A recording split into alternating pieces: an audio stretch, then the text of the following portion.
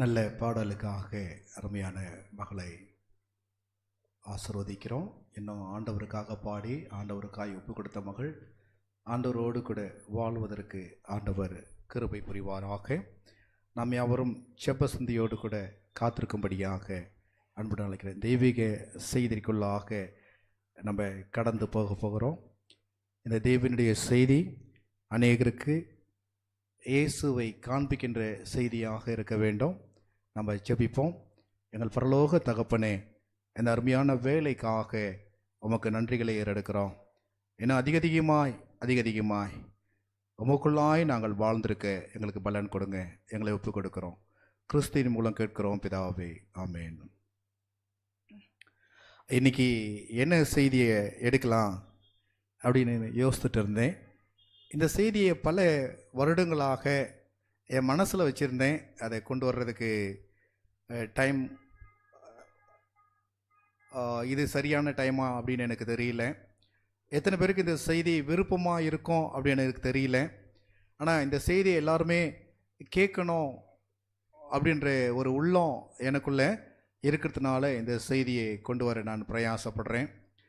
இந்த செய்தி சொல்கிறதுக்கு கொஞ்சம் கஷ்டமாக இருக்கும். இந்த செய்தியை சொல்கிறது கஷ்டமாக இருக்கும். அதை கேட்குறவங்களுக்கும் கஷ்டமாக இருக்கும். இல்லை நம்ம அடுத்தவங்கள பார்க்குறதுக்கும் கஷ்டமாக இருக்கும். அவங்க நம்மளை பார்க்குறதுக்கு கஷ்டமாக இருக்கும். எப்படி இருந்தாலும் பிரச்சனை இல்லை. இன்றைக்கி இந்த செய்தியை என்ன பண்ண போகிறோம், படிக்க போகிறோம். இடையில படிக்கலான்னா ஆக்சுவலி இன்றைக்கி செய்தி எடுக்க வேண்டிய நபர் ஐயா சாம்சன் ஐயா. ஃபஸ்ட்டு ஞானஸ்நானம் இருக்கிறதுனால நீங்களே எடுங்க அப்படின்னு சொல்லிட்டாங்க. இல்லைன்னா ஆக்சுவலி அவங்க தான் எடுத்துருக்கணும். சரி செய்தி தான் வரும்னு பார்த்தா சேப ஸ்கூலும் சேர்ந்து வந்துடுச்சு. இன்றைக்கி ரெண்டுத்தையுமே எடுக்கிற ஒரு நிலை என்ன ஆகிடுச்சு, மாறிடுச்சு. சரி எதுவும் வேண்டாம் அப்படின்னு சொல்லலை. இந்த செய்தியை போன வாரத்துக்கு முந்தின வாரம் எடுக்கலாம் அப்படின்னா அதுக்கான சூழ்நிலை அமையலை. நான் லாஸ்ட் டைம் எடுக்கும் பொழுது இன்றைக்கி இந்த செய்தி நம்ம படிக்க போகிறோம். இந்த செய்தி என்ன அப்படின்றத நீங்கள் பாருங்கள். தலைப்பு போடலை, தலைப்பை நீங்களே என்ன பண்ணுங்கள், இந்த செய்திக்கு கொடுத்துருங்க. பவர் பாயிண்ட்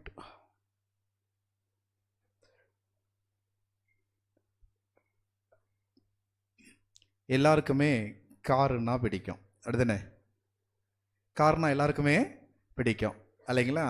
அதனால தான் கார் வாங்க போகும்பொழுது கலர் பார்த்து என்ன பண்ணுறோம், காரை கலர் பார்த்து வாங்குகிறோம். நமக்கு பிரியமா இருக்கிறது. சில சமயங்களில் சிலர் கலர் இல்லைன்னா, நம்ம விரும்புகிற கலர் இல்லைன்னா அதுக்கு அடுத்த சாய்ஸ்க்கு போவோம் இல்லைங்களா? சில சமயத்தில் நம்முடைய விரலுக்கு ஏற்ற வைக்கும். நம்மள்ட்ட எவ்வளோ பைசா இருக்கோ அதுக்கு தகுந்த மாதிரி என்ன பண்ணுவோம், நம்ம ஏதாவது ஒரு பொருள் வாங்கணுன்னா வாங்குவோம். இங்கே கார் சூப்பராக இருக்குது கார் இல்லைங்களா? இந்த கார் எத்தனை பேருக்கு வாங்க ஆசை? இந்த கார் எதில் ஆனது அப்படின்னு சொன்னால் கோல்டன் கார் என்னங்களா? இந்த கார் எதில் ஆனது? கோல்டு.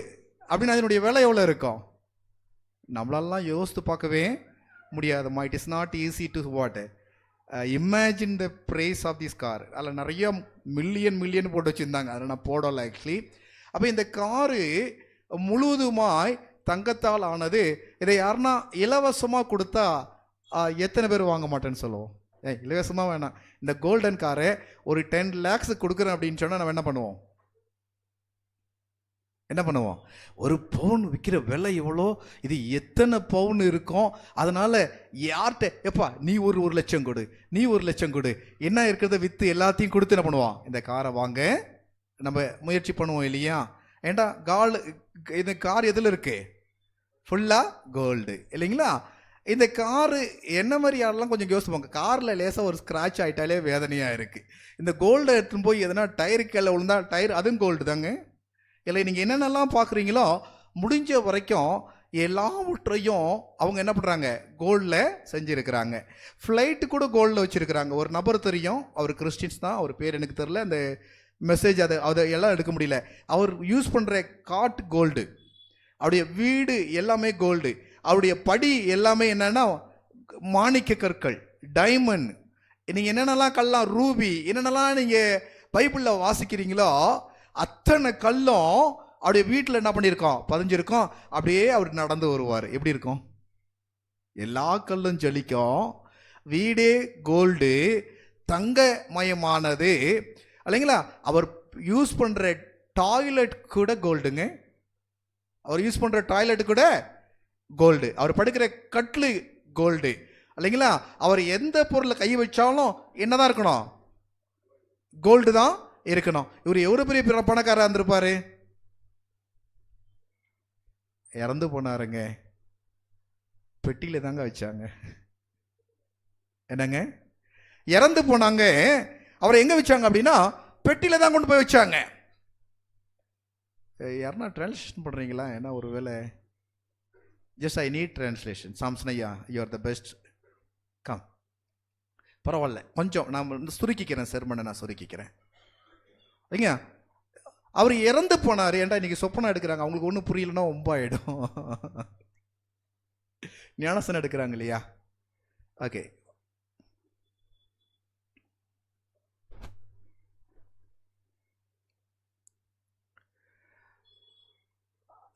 அவர் இப்ப உயிரோடு இல்லை.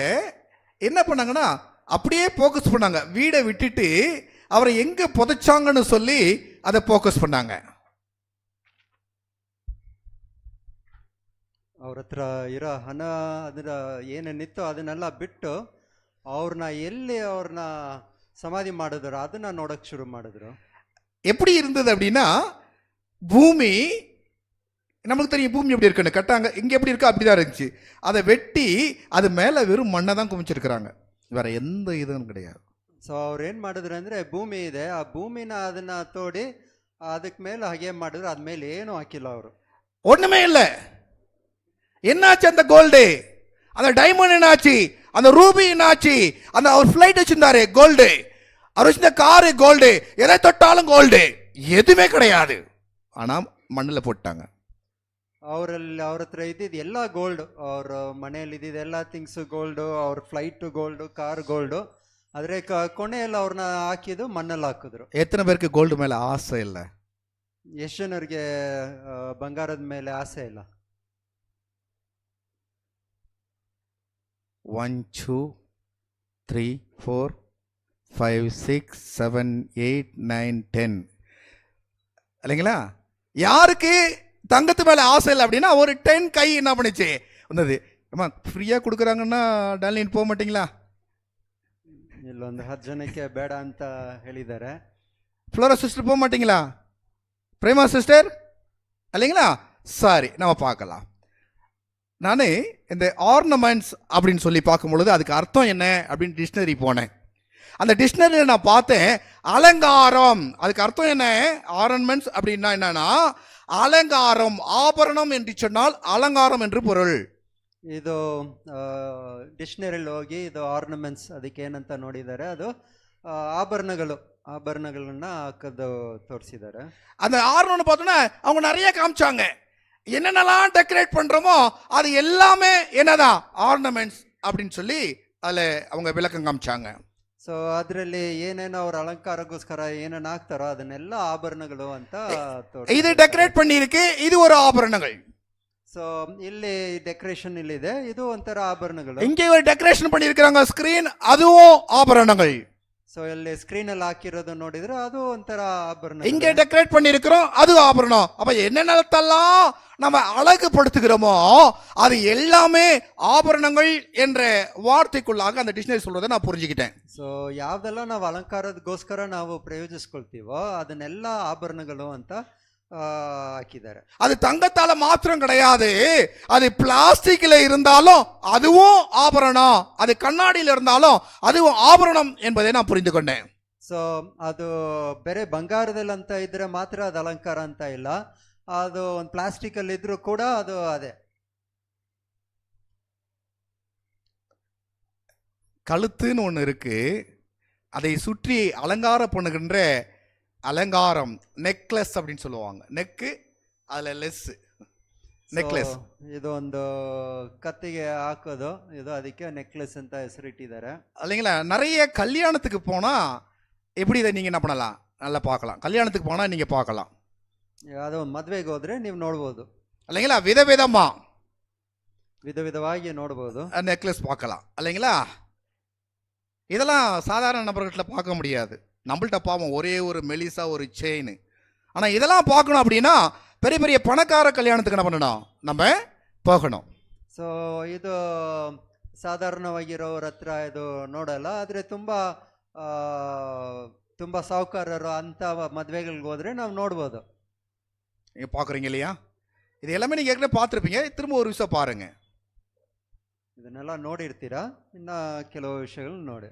நான் யோசித்தேன், என்ன என்ன எப்படி யோசித்தோம் அப்படின்னா, தங்கம் அப்படின்னா அது யார் தான்? கோல்டு அப்படின்னால யாரு? பெண்கள் அப்படின்னு நான் யோசித்தேன். ஆனா நான் இங்க பார்க்குறேன், இவர் பாருங்க எப்படி தூக்கிட்டு சுமப்பாரு. என்ன போட்டிருக்காரு இவரு? என்ன போட்டிருக்காரு இவரு? என்னங்க? 1 2 கிடையாதுங்க. அவரை எங்கெல்லாம் போட முடியுமா என்ன பண்ணிட்டாரு? அவர் போட்டு அவ்வளோ ஆசை அவருக்கு கோல்டு மேல. ಸೊ ಇಲ್ಲಿ ನಾವು ಯೋಚನೆ ಮಾಡಿದ್ರೆ ಬೇರೆ ಹೆಂಗಸರೇ ಬಂದ್ಬಿಟ್ಟು ಹಾಕ್ತಾರಂತಿದೆ, ಆದ್ರೆ ಇಲ್ಲಿ ನೋಡಿದ್ರೆ ಅಯ್ಯೋ ಇವ್ರು ಕೂಡ ಹಾಗೆ ಹಾಕಿದ್ದಾರೆ. நிறைய கேர்ள்ஸ் போட்டோ இந்த மாதிரி கிடைக்கலைங்க எனக்கு. லேடிஸ் போட்டோ எனக்கு இது மாதிரி கிடைக்கல இல்லைங்களா? எனக்கு கிடைச்சதெல்லாம் நிறைய ஆம்பளைங்க, நிறைய ஆண்கள், இப்படிதான் எனக்கு கிடைச்சிருக்கிறாங்க. இது எல்லாமே கோல்டு. ಸೊ ತುಂಬಾ ಹೆಂಗಸರ ಫೋಟೋ ಕಾಣಿಸ್ಲಿಲ್ಲ, ಆದ್ರೆ ಈ ತರ ಗಂಡಸರು ಈ ತರ ಚೈನ್ಗಳು ಹಾಕಿರೋದು ಇದೇ ತುಂಬಾ ಸಿಕ್ತು. இவருக்கு எவ்வளோ ஆசை இருக்குங்க? ಇವ್ರಿಗೆ ಎಷ್ಟು ಆಸೆ ಇರುತ್ತೆ? இவருக்கு எவ்வளோ ஆசை இருக்கும் சொல்லுங்க. தெரியலைங்க. அவரால் போட முடியலனாலும் போட வரைக்கும் போட்டு வெயிட் தாங்க முடியாத முன்னாடி வச்சிட்டாரு நிறைய. ಸೊ ಅವರಿಂದ ಹಾಕಕ್ ಆಗ್ತಾ ಇಲ್ಲ, ಆದ್ರೆ ಯಾವ್ದೆಲ್ಲ ಹಾಕಕ್ ಆಗ್ತಾ ಇಲ್ವೋ ಆ ವೆಯ್ಟ್ನ ಅವ್ರು ತರ್ಕೊಳಕ್ ಆಗದೆ ಮಿಕ್ಕಿದೆಲ್ಲ ಮುಂದೆ ಹಾಕ್ಬಿಟ್ರು. ஒரு நகைக்கடையை நடமாடும் நகைக்கடைன்னு சொல்லலாமா? ಇವರು ಒಂದು ನೆಕ್ಲೆಸ್ ಅಂಗಡಿನೇ ಅವ್ರನ್ನ ಹೇಳ್ಬೋದು. இங்க பாருங்க, மிரள வைக்கும் தங்க மகன்களாம். மகள்கள் கிடையாது, தங்க மகன்கள். ಸೊ ಇವರೆಲ್ಲ ಇದು ಬಂಗಾರದ ಮಕ್ಕಳಾಗಿದ್ದಾರೆ. இவங்களாம் ரோட்ல நடந்தாங்கன்னா இவங்களுக்கு பாதுகாப்பு கொடுக்கணும், இல்லைன்னா அவ்வளோதான், இவர் உயிர் காலி. ಇವರು ರೋಡಲ್ಲಿ ನಡ್ಕೊಂಡು ಹೋದ್ರೆ ಇವ್ರಿಗೋಸ್ಕರ ನಾವು ಪ್ರೊಟೆಕ್ಷನ್ ಕೊಡ್ಬೇಕು, ಇಲ್ದಿದ್ರೆ ಇವ್ರನ್ನ ಯಾರಾದ್ರು ಏನಾದ್ರು ಮಾಡ್ಬಿಡ್ತಾರೆ. தங்க குடும்பங்க இது. ಸೊ ಈ ಫ್ಯಾಮಿಲಿ ನೋಡಿದ್ರೆ ಇದು ಬಂಗಾರದ ಕುಟುಂಬ. என்ன பாருங்களேன், ஒய்ஃபு பிள்ளைங்க பிள்ளைங்க இவங்களாம் கொடுத்து வச்ச பிள்ளைங்க போல இருக்கு. எல்லாமே என்ன தொங்கிட்டு இருக்கு? ஃபுல்லா கோல்டுங்க. ಈ ಕುಟುಂಬ ಸಂಪೂರ್ಣ ಬಂದ್ಬಿಟ್ಟು ಗೋಲ್ಡ್ ಅಲ್ಲೇ ಇದ್ದಾರೆ. யாருக்குங்க ஆசை இல்லை? ಯಾರ್ಕಿಲ್ಲ ಆಸೆ? எப்படி நமக்கு கிடைச்சா நம்ம என்ன சும்மாவா இருப்போம்? ಈ ತರ ನಮಗ್ ಸಿಕ್ಕಿದ್ರೆ ನಾವು ಸುಮ್ಮನೆ ಇರ್ತೀವಾ? இல்லைங்களா? போகலாமா? சாங் ஆஃப் சாலமன் 1வது அதிகாரம் 10வது வசனம். சாங் ஆஃப் சாலமன் 1வது அதிகாரம் 10வது வசனம். ஆபரணத்திகள் பூண்டே உன் கண்ணங்களும் உன் ஆரங்கள் பூண்டே உன் கழுத்தும் அழகாய் இருக்கிறது. பைபிள் எவ்வளோ சப்போர்ட் இல்லையா? என்னங்களா? என் பைபிள் நமக்கு என்ன சொல்லுது பாருங்க. ஆபரணாதிகள் பூண்டே உன் கண்ணங்களும் ஆரங்கள் பூண்டே உன் கழுத்தும் அழகாய் இருக்கிறது. ಓದ್ತೀರಾ ಯಾರಾದ್ರು ಕನ್ನಡದಲ್ಲಿ?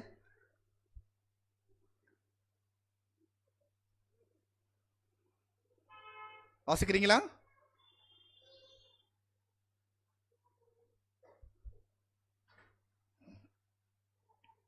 ಕನ್ನಡವಲ್ಲ. ಸಾಂಗ್ ಆಫ್ ಸಾಲಮನ್ ಪರಮ ಗೀತಾ 1:10. ನಿನ್ನ ಕೆನ್ನೆಗಳು ಆಭರಣಗಳ ಸಾಲಿನಿಂದಲೂ ಕೂರಲು ಕಂಟು ಮಾಲಿಗಳಿಂದಲೂ ರಮ್ಯವಾಗಿದೆ. பைபிள் என்ன சொல்லுதுன்னா அழகாய் இருக்கிறது. அப்ப அணிவதற்கு காரணம் என்ன? அழகாய் இருக்கணும் அப்படின்றதுக்காக ஆபரணங்களை நம்ம என்ன பண்றோம்? அணிகிறோம். ಸೊ ನಾವ್ ಯಾಕೆ ಈ ಆಭರಣಗಳನ್ನ ನಾವು ಹಾಕ್ತೀವಿ ಅಂತ ಇದ್ರೆ ನಾವು ನೋಡೋದಕ್ಕೆ ಅಂದವಾಗಿರ್ಬೇಕು ಅಂತ. அழகா அப்படின்னா எல்லாருக்கும் தானே விருப்பம். நம்ம பிள்ளை அழகா இருக்கணும், நாமளும் அழகா இருக்கணும். இதுக்கு தான் எல்லாம் செய்யறது, அழகா தோன்றணும். அதுக்காக நம்ம எல்லாம் பண்ணிட்டு இருக்கிறோம். ನಾವು ಎಲ್ಲ ವಿಷಯದಲ್ಲೂ ನಾವು ನೋಡಕ್ಕೆ ಅಂದವಾಗಿರ್ಬೇಕಂತಾನೆ ನಾವು ಎಲ್ಲಾ ವಿಷಯವನ್ನು ಮಾಡೋದು. அதுதான் வேதம் சொல்லுது. அழகு இதெல்லாம் போடுகின்ற பொழுது அழகு அப்படின்றத வேதம் நமக்கு என்ன பண்ணுது? நமக்கு சொல்லுது. ಸೊ ವೇದ ನಮಗೇನು ಹೇಳುತ್ತಂದ್ರೆ ಇದನ್ನೆಲ್ಲ ನಾವು ಹಾಕುವಾಗ ನಾವು ಅಂದವಾಗಿರ್ತೀವಿ ಅಂತ. எனக்கு ஒன்றும் புரியல. ஆபரணாதிகள் பூண்ட கண்ணத்துக்கு யாருன்னா போடுறாங்களா? கழுத்துக்கு போடுறாங்க, காதுக்கு போடுறாங்க இல்லைங்களா? இங்கிருந்து இங்கே ஏதோ தொங்கும், அதுக்கு எதோ போடுவாங்க, இங்கிருந்து இங்கே தொங்கும், அதுக்கு எதோ போடுவாங்க. கன்னத்துக்கு கூட என்ன பண்ணுறாங்க, ஆபரணம் இருக்கு அப்படின்றாங்க. ಸೊ ಇಲ್ಲಿ ನೋಡಿದ್ರೆ ಯಾರಾದ್ರು ಕೆನ್ನೆಗೆ ಬಂದ್ಬಿಟ್ಟು ಆಭರಣಗಳನ್ನ ಯಾರಾದ್ರು ಹಾಕ್ತಾರಾ? ಇದು ಏನಂತ ಸರಿಗೆ ಅರ್ಥ ಆಗ್ತಾ ಇಲ್ಲ. இல்லைங்களா? அவ தெளிவாக புரிஞ்சுக்கிங்க. எண்ணத்தை போட்டாலும் ஒரு அழகுக்கு நம்ம என்ன பண்ணுறோம், போடுறோம் அப்படின்னு பைபிளே அக்செப்ட் பண்ணுது. ಸೊ ನಮಗೆ ವೇದವಾಕ್ಯನ ನಮ್ಗೆ ಏನ್ ಹೇಳುತ್ತಂದ್ರೆ, ನಾವು ಯಾವುದೇ ಏನು ಹಾಕಿದ್ರು ಕೂಡ ಅದು ನಾವು ಚೆನ್ನಾಗಿರ್ಬೇಕು, ನೋಡಕ್ಕೆ ಅಂದವಾಗಿರ್ಬೇಕಂತಾನೆ ಅದು ಆಗ್ತಾ ಇರೋದು. ஓகே, எரேமியா வந்துருமா? 2வது அதிகாரம் 32வது வசனம். எரேமியா ಎರೆಮಿಯನ್ ಪುಸ್ತಕದಲ್ಲಿ 2:32ಕ್ಕೆ ಹೋಗೋಣ. வந்தல்லம்மா. ஒரு பெண் தன் ஆபரணத்தையும் ஒரு மணவாட்டி தன் ஆடைகளையும் மறப்பாளோ? நான் பார்த்த வரைக்கும் நிறைய ஆம்பளைங்க தான் நிறைய அப்படியே கொட்டி வச்சிருக்கிறாங்க. அவன் அழகு போடுற மாதிரி தெரியல, எல்லாத்தையும் பெருமையை காமிக்கிற மாதிரி இருக்கு. அவன் அழகு போட்ட மாதிரி தெரியல.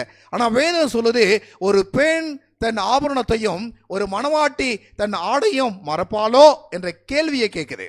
ಸೊ ಇಲ್ಲಿ ನಮ್ಗೆ ಈ ವಾಕ್ಯದಲ್ಲಿ ನಮ್ಗೆ ಏನ್ ಆಗ್ತಾ ಇದೆ ಅಂದ್ರೆ, ಒಂದು ಸ್ತ್ರೀ ಬಂದ್ಬಿಟ್ಟು ತನ್ನ ಆಭರಣಗಳನ್ನು ಅವರು ಮರ್ತ್ಬಿಟ್ಟು ಬರ್ತಾಲೋ ಅಂತ ಒಂದು ಪ್ರಶ್ನೆಯಿಂದ ಇಲ್ಲಿ ಕೇಳ್ತಾ ಇದ್ದಾರೆ. மறப்பாங்களா? ಮರ್ತೋಗ್ತಾರಾ? ஆபரணங்களை மறப்பாங்களா? ஒரு ஸ்திரீ மறக்க முடியுமா? இந்த வசனத்துப்படி நம்ம என்ன பண்ண முடியும்? What answer will get from these versus? என்ன பதில் கொடுப்பீங்க? மறப்பாளா? நோ, அப்படிதானே கொடுப்போம் நம்ம. ಅಂತ ಇದ್ರೆ ಇಲ್ಲ, ಮರ್ತೋಗಲ್ಲ ಅಂತಾನೆ ಈ ವಾಕ್ಯದ ಪ್ರಕಾರವಾಗಿ ತಗೊಳ್ತೀವಿ. ஓகே, இதை நல்லா ஞாபகம் வச்சுக்கணும். ஒரு ஸ்திரீயால தன்னுடைய ஆபரணத்தை மறக்க முடியாது, ஒரு மணவாட்டியால தன்னுடைய ஆடையை என்ன பண்ணாது, மறக்க மாட்டாங்க. அதுக்கு அடுத்தது இப்போ படிக்க வேண்டியது கிடையாது, பின்னாடி என்ன பண்ண போகிறோம், நம்ம படிக்க போகிறோம். சரி, யாத்ராகமம் 33:4. விமோச்சன காண்ட 33:4. ஓகே, துக்கமான இவ்வார்த்தைகளை ஜனங்கள் கேட்ட பொழுது, என்னங்களா, துக்கமான வார்த்தையை ஜனங்கள் கேட்ட பொழுது ஒருவரும் தங்கள் ஆபரணங்களை போட்டுக்கொள்ளாமல் துக்கித்து கொண்டிருந்தார்கள். ಸೊ ಜನರು ಬಂದ್ಬಿಟ್ಟು ಕಠಿಣವಾದ ಮಾತುಗಳನ್ನು ಅವರು ಕೇಳಿದ ನಂತರ ಅವರು ಯಾರು ಅವರ ಆಭರಣಗಳನ್ನು ಅವ್ರು ಹಾಕ್ಲಿಲ್ಲ. என்ன கடினமான வார்த்தை? ಸೊ ಏನಿದು ಕಠಿಣವಾದ? அப்ப அதுக்கு முன்னாடி போனதான் நமக்கு புரியும். அதுக்கு முன்னாடி வாசித்துருவோமா? நீங்க எடுத்து வாசிக்கலாம். ವಾಕ್ಯಗಳನ್ನ ತಗೊಂಡು ಹೋದನ. நீங்க எடுத்து வாசிங்க, பைபிள் எடுத்து யாராவது ஒருத்தவங்க வாசிங்க. 3வது வசனம். 3ನೇ ವಾಕ್ಯವನ್ನು ಯಾರು ಓದಿ?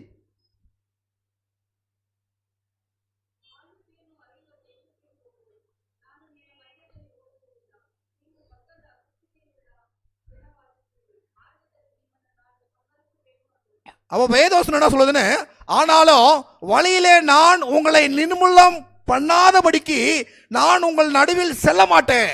அப்படின்னா இந்த ஜனம் எப்படிப்பட்ட ஜனம்னா, வணங்கா கழுத்துள்ள ஜனம்.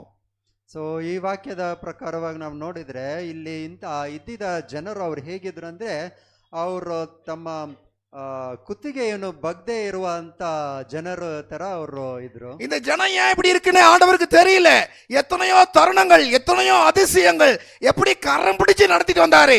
ஆனா இந்த ஜனம் அவருடைய நடத்துதலை ஏத்துக்க மாட்டது, அவருடைய ஆலோசனைக்கு தங்களுடைய செவிகளை சாய்க்க மாட்டது. எனவேதான் ஆண்டவர் சொல்றாரு, இனி நான் என்ன பண்ண மாட்டேன், இந்த ஜனங்களோடு கூட போராட மாட்டேன், ஏட்டா இது வணங்கா கழுத்துள்ள ஜனங்கள் அப்படின்றாரு.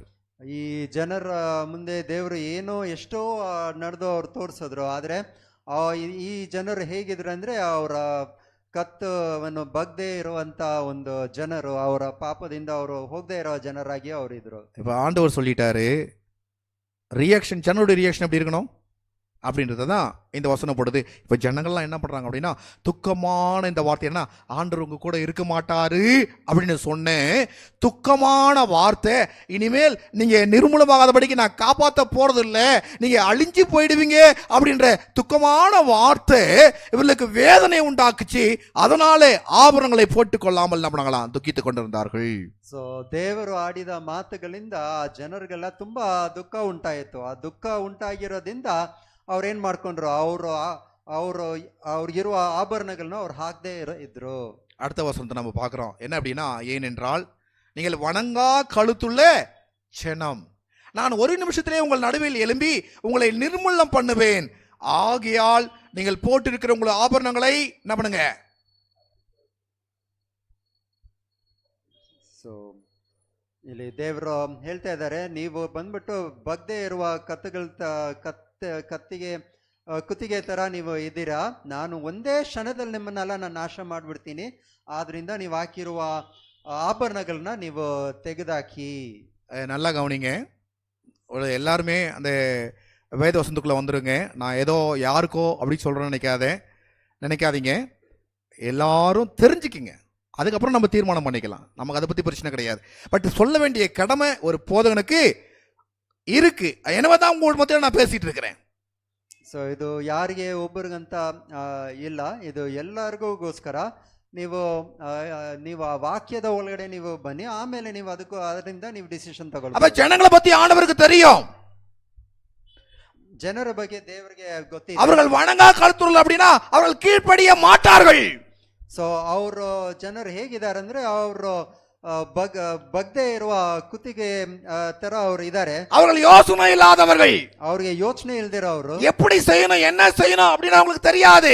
ಏನ್ ಮಾಡ್ಬೇಕು ಏನ್ ಮಾಡಬಾರ್ದು ಅಂತ ಗೊತ್ತಿಲ್ಲ. அப்படிப்பட்ட மக்களுக்கு அவர் சொல்லுகின்ற பொழுது வணங்கா கழுத்துள்ள ஜனம் என்று தெரிஞ்சோ அவர் சொல்றாரு, நான் ஒரே நிமிஷத்துல உங்கள் நடுவில் எழும்பி உங்களை நிர்மூலம் பண்ணுவேன். ಸೊ ಇಂಥ ಜನರಾಗಿದ್ದೀರಾ ಅಂತ ಗೊತ್ತಿದ್ರು ದೇವ್ರನ್ನಂತ ಏನ್ ಹೇಳ್ತಾರೆ, ಒಂದೇ ಕ್ಷಣದಲ್ಲಿ ನಿಮ್ಮನ್ನ ನಾನು ನಾಶ ಮಾಡ್ತೀನಿ ಅಂತ. எவ்வளவு நேரங்களா? how long he needs? ಎಷ್ಟು ಸಮಯ ಬೇಕಾಗಿದೆ ದೇವರಿಗೆ? எவ்வளவு நேரம் தேவை ஆண்டவருக்கு? ಎಷ್ಟು ಸಮಯ? ஒரே நிமிஷம். எவ்வளவு பேரு? ಒಂದೇ ಕ್ಷಣ. யார் அவங்க? ಎಂತ ಜನರು ಅವರು? ஏறக்குறைய 20 லட்சத்துக்கு மேல அங்க வனாந்தரத்துல அப்படி இருக்காங்க. அவங்க வந்திருக்கிறாங்க. தேவனுடைய பிள்ளைங்க. முதல் பலன் ஆண்டவர் அழைத்து வந்திருக்கிறாரு, அதிசயத்தை காமிச்சிருக்கிறாரு. ஆண்டவர் அவர்களை தூக்கி சுமந்தாரு, ஆகாரம் கொடுத்திருக்கிறாரு. அப்படி 40 வருஷமாய் வழி நடத்தப்பட்ட அந்த ஜனத்தை ஒரே நிமிஷத்துல அழிச்சுவேன்றாரு. ಇವರು ಎಂತ ಜನರಾಗಿದ್ರು ಅಂದ್ರೆ ದೇವರು ಅವ್ರನ್ನ ಎಲ್ಲಾ ಎಷ್ಟೋ ಅತಿಶಯಗಳನ್ನ ಮಾಡಿ ಅವ್ರನ್ನ ಆಚೆ ಕರ್ಕೊಂಡ್ ಬಂದಿರೋ ಜನರು ಹತ್ರ 25 ಲಕ್ಷ ಜನರಲ್ಲಿ ಇದ್ರು. ಅಂತ ಎಲ್ಲ 25 ಲಕ್ಷ ಜನರು ನಾನು ಒಂದೇ ಕ್ಷಣದಲ್ಲಿ ನಾಶ ಮಾಡ್ತೀನಿ ಅಂತ ದೇವರು ಇಲ್ಲಿ ವಾಕ್ಯದಲ್ಲಿ ನೋಡ್ತಾ ಇದ್ದೀವಿ. எனக்கு இது எக்ஸோடஸ் 33ல படிக்கும் பொழுது எனக்கு இன்னொன்று ஞாபகம் வருது. ಸೊ ಈ ವಾಕ್ಯವನ್ನು ಓದುವಾಗ ಇನ್ನೊಂದು ವಾಕ್ಯ ಜ್ಞಾಪನ ಬರ್ತಾ ಇದೆ. ஏன்டா அந்த வசனம் எனக்கு ஞாபகம் வருது அப்படின்னா, ஆசரிப்பு கூடாரத்தை கட்டுவதற்கு எல்லாவற்றையும் கொடுத்தவர்கள் யார் தான்? அவர்கள் தான், ஸ்திரீகள் தான். ஸ்திரீகள் அங்கிருந்த இஸ்ரேல் ஜனங்கள். ಸೊ ಇದು ಈ ವಾಕ್ಯವನ್ನು ನೋಡುವಾಗ ನಾವು ಇನ್ನೊಂದು ವಾಕ್ಯ ಜ್ಞಾಪನ ಮಾಡ್ಕೊಳ್ಬೋದಂದ್ರೆ, ಅಲ್ಲಿ ದೇವರ ಗೂಡಾರವನ್ನು ಕಟ್ಟೋದಕ್ಕೋಸ್ಕರ ಅಲ್ಲಿ ಆಭರಣಗಳನ್ನ ಕೊಟ್ಟಿದ್ದಲ್ಲ ಯಾರಂದ್ರೆ ಈ ಜನರೇ ಕೊಟ್ಟಿದ್ರು. எக்ஸோடஸ்க்கு நம்ம போயிடுவோம், அப்புறம் இங்க திரும்ப வருவோம். எக்ஸோடஸ் 25:1 வாசிக்கலாம். விமோச்சன காண்ட 25:1 ನಾವು ಓದೋಣ. வாசிக்கலாமா? கர்த்தர் மோசேயை நோக்கி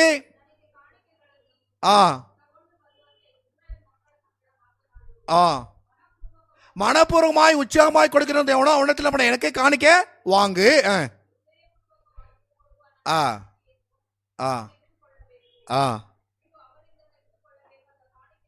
என்ன காணிக்க அவங்கள்ட்ட இருந்து நீ வாங்கணும் அப்படின்னா, பொண்ணு வெள்ளி வெங்கலம் அப்படி நிறைய வரும் பாருங்க, இல்லைங்களா? அப்ப இஸ்ரவேல் ஜனங்கள் அங்க இருந்து பொன் வெள்ளியை கொண்டு வந்திருக்கிறாங்க. ஆண்டவர் நான் உங்க மத்தியில வாசம் பண்ணணும் அப்படின்ட்டு அதை வாங்குன்னு சொல்றாரு. ಸೊ ಇಲ್ಲಿ ಜನರು ಅವರೆಲ್ಲ ಬಂಗಾರವನ್ನು ಧರಿಸ್ಕೊಂಡು ಅವ್ರು ಬರ್ತಾ ಇದ್ದಾರೆ. ದೇವರು ಏನ್ ಹೇಳ್ತಾ ಇದ್ದಾರೆ ಅಂದ್ರೆ, ನಾನು ನಿಮ್ಮ ಜೊತೆ ವಾಸ ಮಾಡಬೇಕು ಅಂತ ಹೇಳಿ ಈ ಎಲ್ಲ ಬಂಗಾರಗಳನ್ನ ದೇವರು ಅವ್ರ ಕೈಯಿಂದ ಪಡ್ಕೊಳ್ತಾ ಇದ್ದಾರೆ. எதுக்காக வாங்கினாரு? ಯಾವ್ದಕ್ಕೋಸ್ಕರ? ஆண்டவர் அவருக்கு மத்தியில நம்ம தங்க போறேன், அதுக்கு ஒரு வாஸ்தலம் பண்ணுங்க. 25:8 ದೇವರು ಬಂದ್ಬಿಟ್ಟು ಅವರ ಮಧ್ಯದಲ್ಲಿ ವಾಸ ಮಾಡಬೇಕು ಅಂತ ದೇವರು ಇದನ್ನೆಲ್ಲ ಕೇಳಿದ್ರು. 25:8. ஓகே, இதை வசனத்தை நீங்க வாசிங்க அப்படின்னா, அவங்க நடுவே நான் வாசம் பண்ண எனக்கு ஒரு பரிசுத்த ஸ்தலத்தை உண்டாக்குவார்களாக அப்படின்னு ஆண்டவர் அவர்களோடு கூட வாசம் பண்ணணும். அதுக்கு அவங்கள்ட்ட என்ன இருக்கோ அதை என்ன பண்ணணும், அவங்க கொடுக்கணும். ಸೊ ದೇವರಲ್ಲಿ ಅವರ ಮಧ್ಯದಲ್ಲಿ ಅವರು ವಾಸ ಮಾಡಬೇಕು ಅಂತ ಹೇಳಿ ಅವರು ಒಂದು ಪರಿಶುದ್ಧ ಆಲಯವನ್ನು ಕಟ್ಟಗೋಸ್ಕರ ಅವ್ರ ಕೈಯಿಂದಾನೇ ಅವ್ರು ಕೇಳ್ತಾ ಇದ್ರು. நான் ஒரு கேள்வி கேட்கிறேன், 40 வருஷமா வானத்தின் பலகலங்களை திறந்து அவர்களுக்கு ஆகாரம் எங்கிருந்து வந்துச்சு? மண்ணா எங்கிருந்து கிடைச்சது? ஒரு சாப்பாடு 70 ரூபா இப்போ உள்ள ரேட்டுக்கு. கணக்கு பண்ணிங்க, 20 லட்சம் பேருக்கு 3 வேளை ಸಾಪಾಡು. ಇಲ್ಲಿ ಒಂದು ಪ್ರಶ್ನೆ ಕೇಳಬೇಕು. ಏನಂದ್ರೆ ದೇವರು ಅಲ್ಲಿ 40 ವರ್ಷ ಬಂದ್ಬಿಟ್ಟು ಅವ್ರಿಗೆ ಒಬ್ರೊಬ್ರಿಗೂ ದೇವರು ಬಂದ್ಬಿಟ್ಟು ಊಟ ಕೊಟ್ಟರು. ಒಂದು ಊಟ ಬಂದ್ಬಿಟ್ಟು 70 ರೂಪಾಯಿ ಅಂತ ಒಂದು ಲೆಕ್ಕ ಹಾಕಿದ್ರೆ ನಿಮ್ಗೆ ಇವಾಗ ಎಷ್ಟು ಆಗತ್ತೆ? ಎಷ್ಟು ಲೆಕ್ಕ ನೀವೇ ಲೆಕ್ಕ ಮಾಡಿ ನೋಡಿ. அப்ப அவங்களுக்கு என்னென்ன தேவையோ எல்லாமே அவங்களுக்கு கிடைச்சது, எல்லாமே ஆண்டவர் கொடுத்தாரு. அதே போல இந்த வெள்ளியும் பொன்னையும் திறந்து விட்டாருன்னா மேலேருந்தே வந்திருக்குமே. ಸೊ ಅವ್ರಿಗೆ ಏನೇನು ಬೇಕಾಗಿತ್ತೋ 40 ವರ್ಷ ದೇವರೇ ಕೊಟ್ಟರು. ಸೊ ಅದೇ ಪ್ರಕಾರವಾಗಿ ಇಲ್ಲಿ ಒಂದು ಆಲಯವನ್ನು ಕಟ್ಟೋದಕ್ಕೆ ದೇವರ ಆಕಾಶವನ್ನು ಓಪನ್ ಮಾಡಿದರೆ ಎಲ್ಲ ಬರ್ತಾ ಇತ್ತಲ್ಲ, ಬಂಗಾರ ಅಲ್ಲಿಂದಾನೇ ಬರ್ತಾ ಇತ್ತು. அப்ப ஒரு கோல்டு கொண்டு வந்து ஆண்டவருக்குன்னு கொடுக்கணும். ಸೊ ಇಲ್ಲಿ ನಾವು ದೇವರಿಗೋಸ್ಕರ ಒಂದು ಬಂಗಾರವನ್ನು ತಗೊಂಬಂದು ಕೊಡ್ತಾ ಇದ್ದಾರೆ இல்லைங்களா? அவர்களுக்கு எது பிரியப்படுறார்களோ அதை கொண்டாந்து ஆண்டவரும் கொடுக்கணும். அதை ஆண்டவர் எதிர்பார்த்தாரு.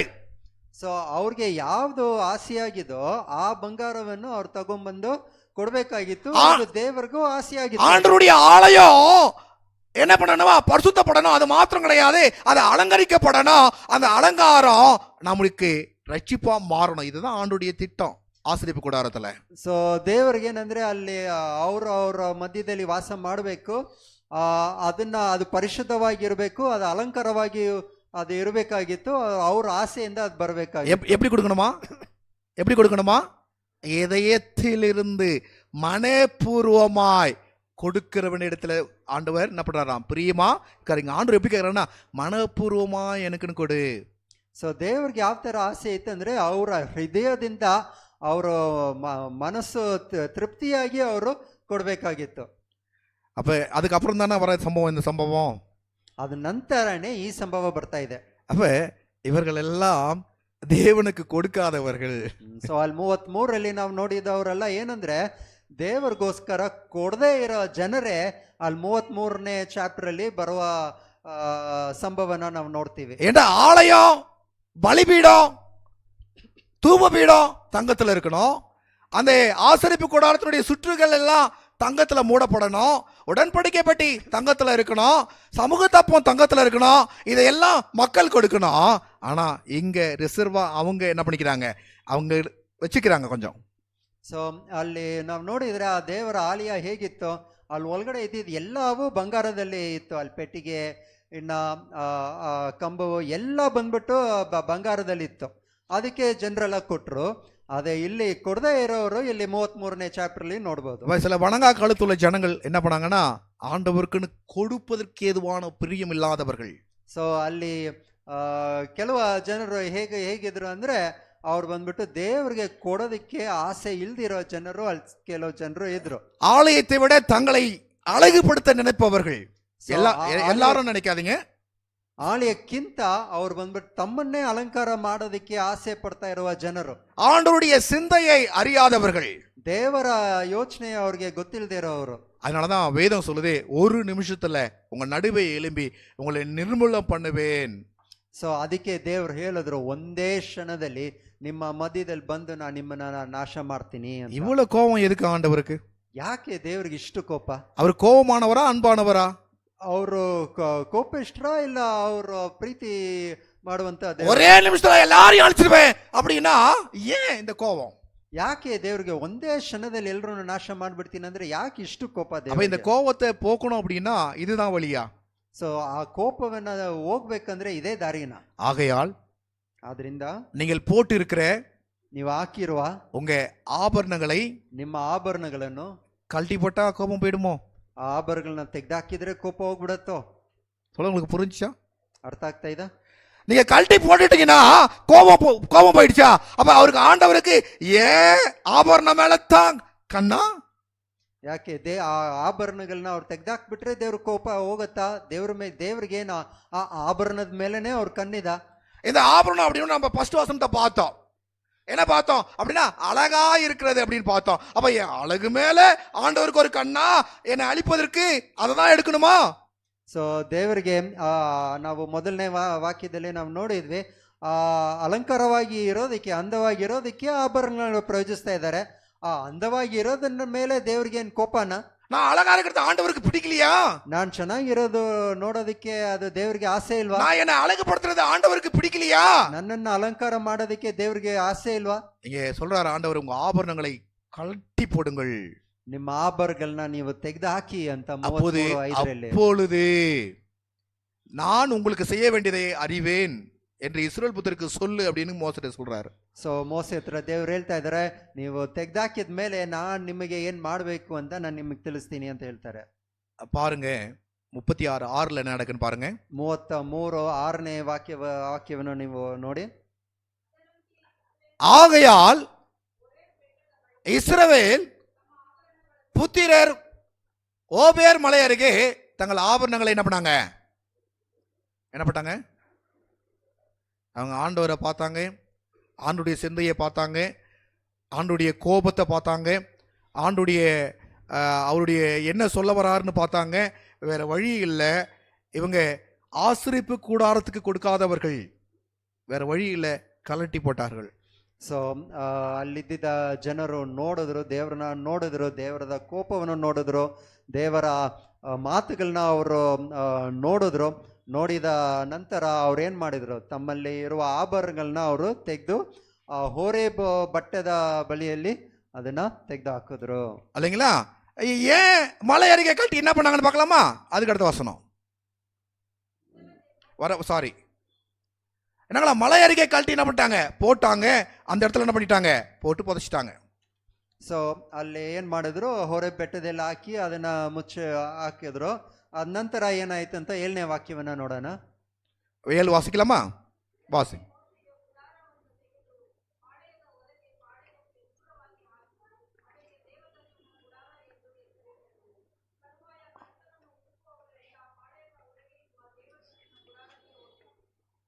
இப்ப என்ன பண்ணிட்டாங்க அப்படின்னா, அதை எல்லாத்தையும் மலை அருகே கழட்டி என்ன பண்ணிட்டாங்க?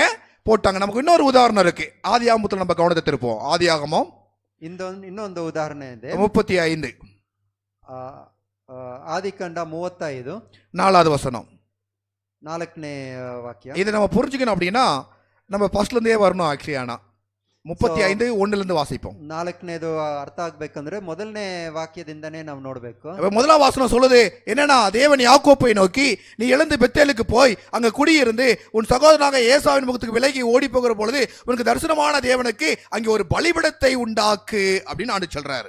ಸೊ ಇಲ್ಲಿ ಮೊದಲನೇ ವಾಕ್ಯಲ್ಲಿ ಏನ್ ಹೇಳುತ್ತೆ ಅಂದ್ರೆ, ದೇವರು ಬಂದ್ಬಿಟ್ಟು ಯಾಕೋಬನ್ನ ನೋಡಿ ಅವರು ಬೆತ್ತೇಲಿಗೆ ಹೋಗುವ ಅಲ್ಲಿ ವಾಸ ಮಾಡು, ಅಲ್ಲೋಗಿ ವಾಸ ಮಾಡಕ್ಕೆ ದೇವ್ರು ಹೇಳ್ತಾ ಇದ್ದಾರೆ. ನೀನು ನಿನ್ನ ಸಹೋದರನನ್ನು ಏಸವೆನೆಂದರಿಂದ ಓಡಿ ಹೋಗುತ್ತಿದ್ದಾಗ ನಿನಗೆ ಕಾಣಿಸಿಕೊಂಡ ದೇವರಿಗೆ ಅಲ್ಲಿ ಯಜ್ಞ ವೇದೆಯನ್ನು கட்டு வந்தன. அப்ப தேவனுடைய பிள்ளைகளுடைய வேலை எப்படி இருக்கணும், அல்லது யாக்கோபினுடைய வேலை எப்படி இருக்கணும், அல்லது யாக்கோபினுடைய சந்ததியுடைய வேலை எப்படி இருக்கும் அப்படின்னா, பலிபீடத்தை கட்டுகின்ற வேலை. ಸೊ ಹಾಗಾದ್ರೆ ಏನಂದ್ರೆ, ಯಾಕೋಬನ ಕೆಲಸ ಏನಂದ್ರೆ, ಯಾಕೋಬನ ಮಕ್ಕಳನ ಕೆಲಸ ಏನಂದ್ರೆ, ಈ ಬಲಿಪೀಡವನ್ನು ಕಟ್ಟುವ ಕೆಲಸನೇ. அப்ப பலிபீடம் கட்டுகின்ற பொழுது, பலிபீடம் என்ன தெரியுங்களா? நீங்க ஆசரிப்பு கூடாரத்துல நீங்க பலிபீடத்தை வாசி பாருங்க, அந்த பலிபீடம் இல்லைன்னா அந்த ஆசரிப்பு கூடாரமே கிடையாதுங்க. ಸೊ ಈ ಯಜ್ಞ ವೇದಿಯ ಅಂದ್ರೆ ಏನಂತ ನೀವು ಗೊತ್ತಾಗ್ಬೇಕಂದ್ರೆ, ದೇವರ ಆಲಯ ಇದೆ ಅಲ್ಲ, ದೇವರ ಆಲಯದಲ್ಲಿ ಯಜ್ಞ ವೇದ ಇಲ್ಲದೆ ಇದ್ರೆ அது தேவர ஆலயனே இல்ல. அப்ப பலிபீடத்துக்கு அவ்வளவு முக்கியம். ஏன் தெரியுங்களா? அது தியாகம் செய்கின்ற இடம். அது மாத்திரம் இல்ல, அது கல்வாரி சிலுவைக்கு சமமான ஒரு இடம். அதனால அது இல்லைன்னா ஆசரிப்பு கூடாரம் கிடையாது. ಬಲಿಪೀಠ ಬಂದ್ಬಿಟ್ಟು ಎಷ್ಟು ಮುಖ್ಯ ಅಂದ್ರೆ, ಅದು ದೇವರ ಗೊತ್ತಾಗೋದಕ್ಕೆ ಅದೇ. ಅದಿಲ್ಲದೆ ಇದ್ರೆ ನಮ್ಗೆ ಯೇಸು ಕ್ರಿಸ್ತುವಿನ ಕೆಲಸವನ್ನು ಗೊತ್ತೇ ಆಗಲ್ಲ. வெங்கல பலிபீடம், இன்னொன்னு தங்க பீடம். ಸೊ ಅಲ್ಲಿ 2 ತರದ ಯಜ್ಞಪೀಠ ಇತ್ತು, ಒಂದು ಬಂಗಾರದಲ್ಲಿ, ಇನ್ನೊಂದು ಸಿಲ್ವರ್ ಅಲ್ಲಿ. இந்த பலிபீடத்துல என்ன ஆகணும் அப்படின்னா, அதுல பலி செலுத்தணும். அந்த பலி என்னன்னா சர்வாங்க தகன பலி. அப்படின்னா அந்த விலங்கு அது எரிக்கப்பட்டு பலியாக்கப்பட்டு அது எரிக்கப்பட்டு அது சாம்பலா மாறணும். அதுதான் பலிபீடத்தை குறிக்கிறது.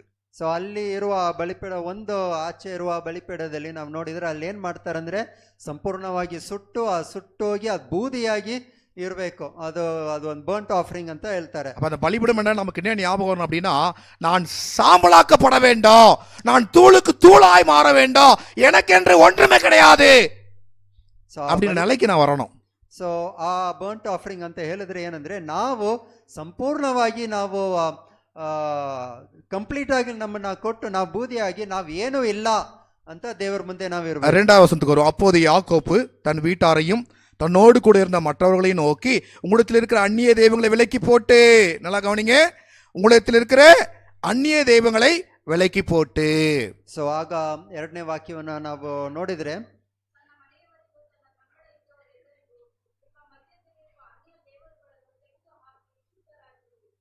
என்னங்களா ஆண்டவர் என்ன சொல்றாரு? உன் இடத்துல இருக்கிற அந்நிய தெய்வங்களை விலக்கி போடு. இப்ப என்னுடைய கேள்வி, அப்ப யாக்கோப்பு குடும்பத்தாரும் அந்நிய தெய்வங்களை வணங்கினாங்க, அப்படியா? ಸೊ ಇಲ್ಲಿ 2ನೇ ವಾಕ್ಯದಲ್ಲಿ ನೀವು ನೋಡಿದ್ರೆ ದೇವರು ಏನಂತ ಹೇಳ್ತಾ ಇದ್ದಾರೆ, ನಿಮ್ಮ ಮಧ್ಯದಲ್ಲಿ ಇರುವ ಅನ್ಯ ದೇವರುಗಳನ್ನ ತೆಗೆದಾಕಿ. ಹಾಗಾದ್ರೆ ಏನು ಯಾಕೋಬು ಬೇರೆ ಅನ್ಯ ದೇವರುಗಳನ್ನ ಅವರು ಪೂಜಿಸ್ತಾ ಇದ್ರ? யாக்கோப்பு அந்நிய தேவனை பூசித்தாரு இல்ல? யாக்கோப்பினுடைய மனைவிகள் கீழ்ப்படியாம அந்நிய தேவங்களை பூசித்தார்களா? இல்ல அவருடைய பிள்ளைகள் எல்லாம் அந்நிய தேவர்களை பூசித்தார்களா? இல்லையே. ಸೊ ಹಾಗಾದ್ರೆ ಏನು, ಯಾಕೋಬನೋ ಇಲ್ಲ ಅವ್ರ ಮಕ್ಕಳೋ ಇಲ್ಲ ಅವ್ರ ಹೆಂಡತಿ ಅವರೆಲ್ಲ ಬಂದ್ಬಿಟ್ಟು ಅನ್ಯ ದೇವರುಗಳನ್ನ ಅವ್ರು ಪೂಜಿಸ್ತಾ ಇದ್ರ? அப்ப ಹಾಗಾದ್ರೆ ಯಾಕೆ ಈ ತರ ಹೇಳ್ತಾ ಇದ್ದಾರೆ? அப்ப ஆண்டவர் இங்க அந்நிய தேவர்களை என்ன பண்ணுங்க அப்புறப்படுத்த சொல்றாருன்னா, அதனுடைய ரீசன் என்ன, அதனுடைய காரணம் என்ன? ಸೊ ದೇವ್ರು ಇಲ್ಲಿ ನಿಮ್ಮ ಮಧ್ಯದಲ್ಲಿರುವ ಅನ್ಯ ದೇವರನ್ನ ತೆಗೆದಾಕಿ ಅಂತ ಅವರು ಹೇಳ್ತಾ ಇದ್ರೆ ಏನ್ ಕಾರಣ ಅಲ್ಲಿ? பாப்பமா என்ன அந்நிய தேவன் பாப்பமா? ಯಾವ ಅನ್ಯ ದೇವರು ಅಂತ ನಾವು ನೋಡೋಣ. 3 வாசிக்கலாம். 3ನೇ ವಾಕ್ಯವನ್ನು ಓದ್ತೀರಾ?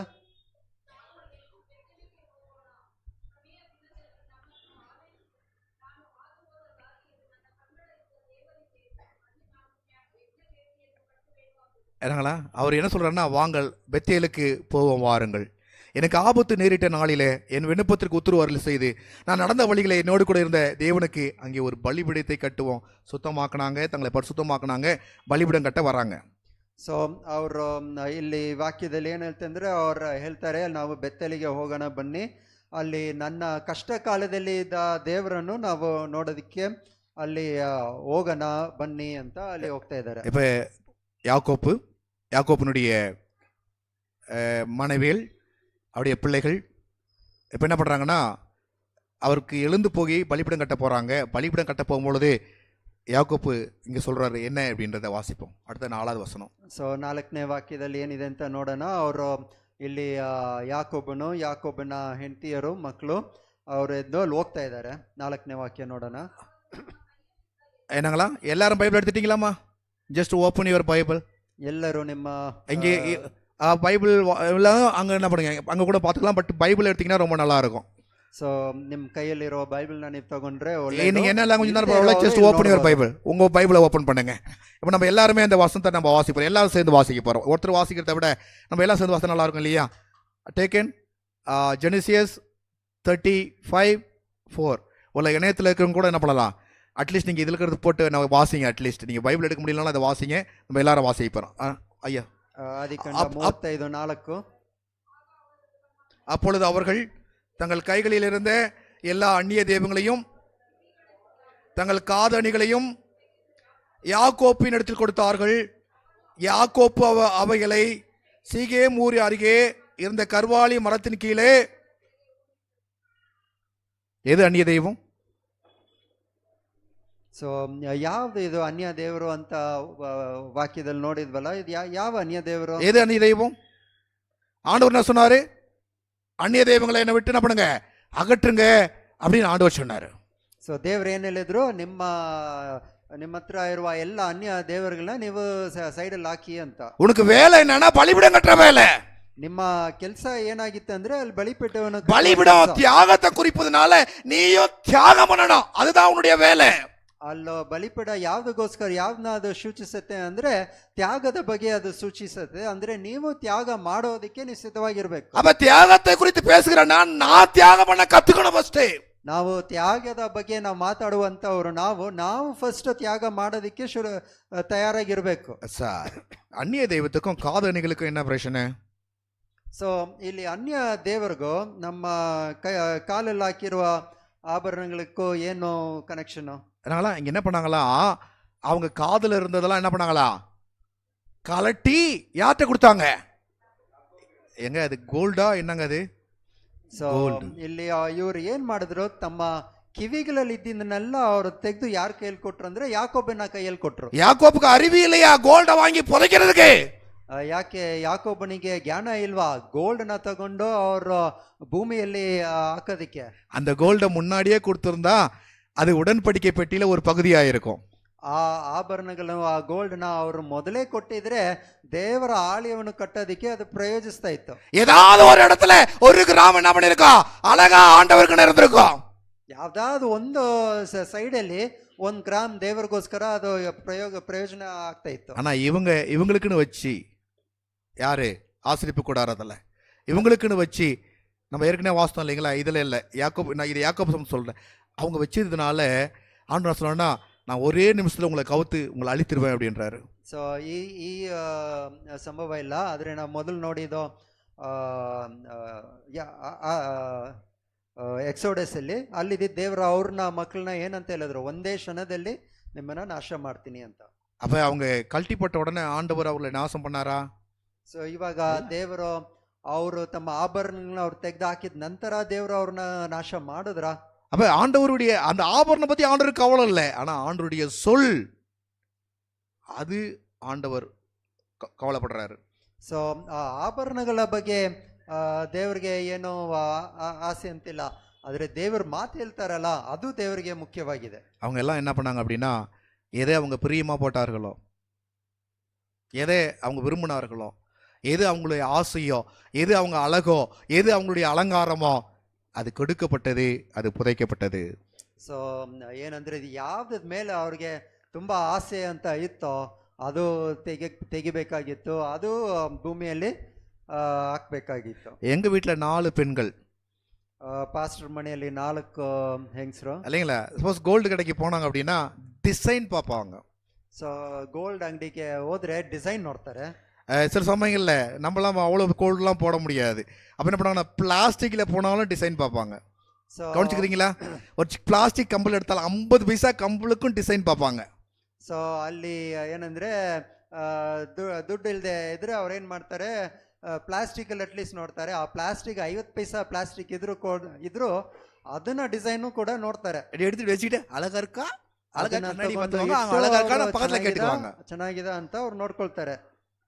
அந்த அழகத்தான் ஆண்டவர் கேட்கிறார். ಸೊ ದೇವ್ರ ಬದ ಆ ಅಂದವನ್ನೇ ದೇವ್ರು ನೋಡ್ತಾ ಇದ್ದಾರೆ. அது எவ்வளவு பைசா அப்படின்றது முக்கியம் கிடையாது, அது எவ்வளவு விலை உயர்ந்ததோ அல்லது விலை இல்லையோ அதை பத்தி கவலை கிடையாது. ஆண்டவர் கேட்கிறாரு, நீ எதை அழகுபடுத்த நினைக்கிறியோ அந்த அழகை என்கிட்ட கொடு, எனக்கு கொடு அப்படின்னு ஆண்டவர் கேட்கிறாரு. ಸೊ ದೇವ್ರಿಗೆ ಅದು ಎಷ್ಟು ಅದು ವ್ಯಾಲ್ಯೂ ಅಂತ ದೇವ್ರು ನೋಡ್ತಾ ಇಲ್ಲ, ಆದ್ರೆ ದೇವ್ರು ಏನಂತ, ನೀನ್ ಏನು ಅಂದ ಅಂತ ಅನ್ಕೊಂಡಿದ್ಯೋ ಅದನ್ನ ನನಗ್ ಕೊಡು.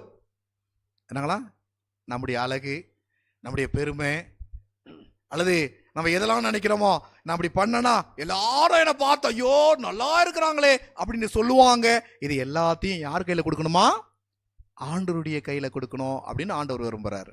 ಸೊ ಯಾವ್ದ್ರ ಬಗ್ಗೆ ಎಲ್ಲ ನಮ್ಗೆ ಹೆಮ್ಮೆ ಇದೋ, ನಮಗೆ ಯಾವ್ದು ಅಂದ ಅಂತ ನಾವು ಅನ್ಕೊಂಡಿದೀವೋ ಅದನ್ನೆಲ್ಲ ನಮ್ಗೆ ದೇವ್ರು ಏನಂತ ಹೇಳ್ತಾ ಇದ್ದಾರೆ, ನನ್ನ ಕೈಯಲ್ಲಿ ಕೊಡು ಅಂತ ದೇವ್ರು ಕೇಳ್ತಾ ಇದ್ದಾರೆ. ஓகே, இப்போ வந்துரும் எக்ஸோடஸ் 33:5.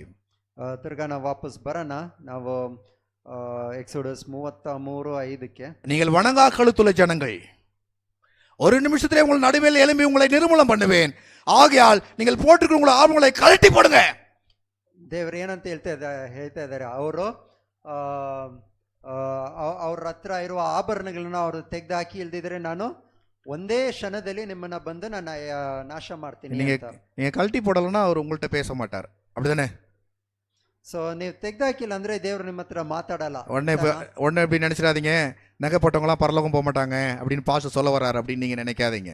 ಸೊ ತಕ್ಷಣ ನೀವು ಬಂದ್ಬಿಟ್ಟು ನೀವು ಆಭರಣಗಳನ್ನ ಹಾಕಿದ್ರೆ ನೀವು ಪರಲೋಕಕ್ಕೆ ಹೋಗಲ್ಲ ಅಂತ நகை எல்லாத்தையும் கழட்டி போட்டவங்களாம் பரலோகத்துல போய் உட்காந்துக்குவாங்க அப்படின்னு நான் சொல்ல வரல.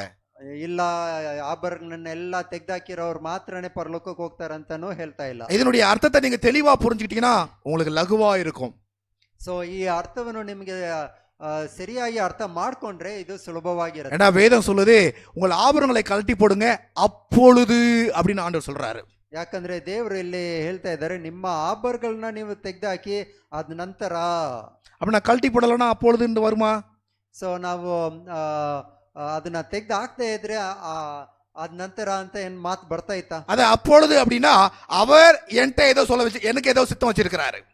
ಸೊ ಹಾಗಿದ್ರೆ ಏನಂದ್ರೆ ನಂತರ ಅಂತ ಇದ್ರೆ ಅದು ಆಗಿದ ನಂತರ ದೇವರು ನಮಗೋಸ್ಕರ ಏನೋ ಇಟ್ಟಿದ್ದಾರೆ, ஏதோ ஒரு ஆலோசனை வச்சிருக்கிறாரு, ಯಾವ್ದೋ ಒಂದು ಯೋಚನೆಯನ್ನು ಇಟ್ಟಿದ್ದಾರೆ, ஏதோ ஒரு காரியத்துக்காக என்ன வழி நடத்த போறாரு, ಯಾವ್ದೋ ಒಂದು ವಿಷಯದಲ್ಲಿ ನಮ್ಮನ್ನ ನಡ್ಸೋದಕ್ಕೆ ತಯಾರಾಗಿ. அதுக்கு நான் செய்ய வேண்டியது என்னன்னா நான் கலட்டி போடுகின்ற பொழுது அப்பொழுது நான் உனக்கு செய்ய வேண்டியதை அறிவேன் என்று சொல்லி ஆண்டவர் சொல்றாரு. ಸೊ ಯಾವಾಗ ನಾವು ಅದನ್ನ ತೆಗೆದು ನಾವು ಹಾಕ್ತಿವೋ ಆವಾಗ ನಾನು ನಿಮಗೆ ಇಟ್ಟಿರೋದನ್ನ ನಾನು ತಿಳಿಸ್ತೀನಿ ಅಂತ. அப்ப அதை போடலைன்னா அப்ப எனக்கு என்ன வழி நடத்த மாட்டாரா அப்படின்னு கேள்வி நிறைய இருக்கு. ಸೊ ನಾನು ಇವಾಗ ಹಾಕ್ದೆ ಇದ್ರೆ ದೇವ್ರು ನನ್ನ ನಡ್ಸಲ್ವಾ ಅಂತ ತುಂಬಾ ಪ್ರಶ್ನೆಗಳಿದೆ இல்லைங்களா? அது ஆண்டவர்கிட்ட நீங்க தான் பேசணும் டைரக்டா. ಸೊ ನೀವೇ ಬಂದ್ಬಿಟ್ಟು ದೇವ್ರ ಹತ್ರ ನೀವೇ ಮಾತಾಡ್ಕೊಳ್ಳಿ. எனக்கு என்ன வெளிப்படுத்தப்பட்டதோ அதான் நான் உங்கள்கிட்ட பேசிட்டு இருக்கிறேன். ಇಲ್ಲಿ ನನಗೇನ್ ತಿಳುವಳಿಕೆ ದೇವ್ರು ಕೊಟ್ಟಿದಾರೋ ಅದನ್ನೇ ನಾನು ಮಾತಾಡ್ತಾ ಇರೋದು. கழட்டி போடும் பொழுது ஆண்டவர் உங்களுடைய எதிர்கால வாழ்வினுடைய தீர்மானத்தை அவர் கையில கொடுக்கிறோம். ಸೊ ನೀವು ಅದನ್ನ ತೆಗೆದು ಹಾಕುವಾಗ ನಿಮ್ಮ ಫ್ಯೂಚರ್ನ ನೀವು ದೇವ್ರ ಕೈಗೆ ನೀವು ಕೊಡ್ತಾ அப்படி இல்லைன்னா என் அழகை நானே பாத்துக்கிறேன், எது அழகு நானே டிசைட் பண்ணிக்கிறேன், என் வாழ்வை நானே பாத்துக்கிறேன். ಸೊ ಅದು ಇಲ್ಲದೆ ಇದ್ರೆ ನಿಮ್ಮ ಜೀವನ ನೀವೇ ಡಿಸೈಡ್ ಮಾಡ್ತಾ ಇದ್ದೀರಾ ಅಂತ. ஓகே, இங்கே நேரம் எங்க வந்துருவோம் அப்படின்னா எசேக்கியேல் 16:15 வந்துருவோம்.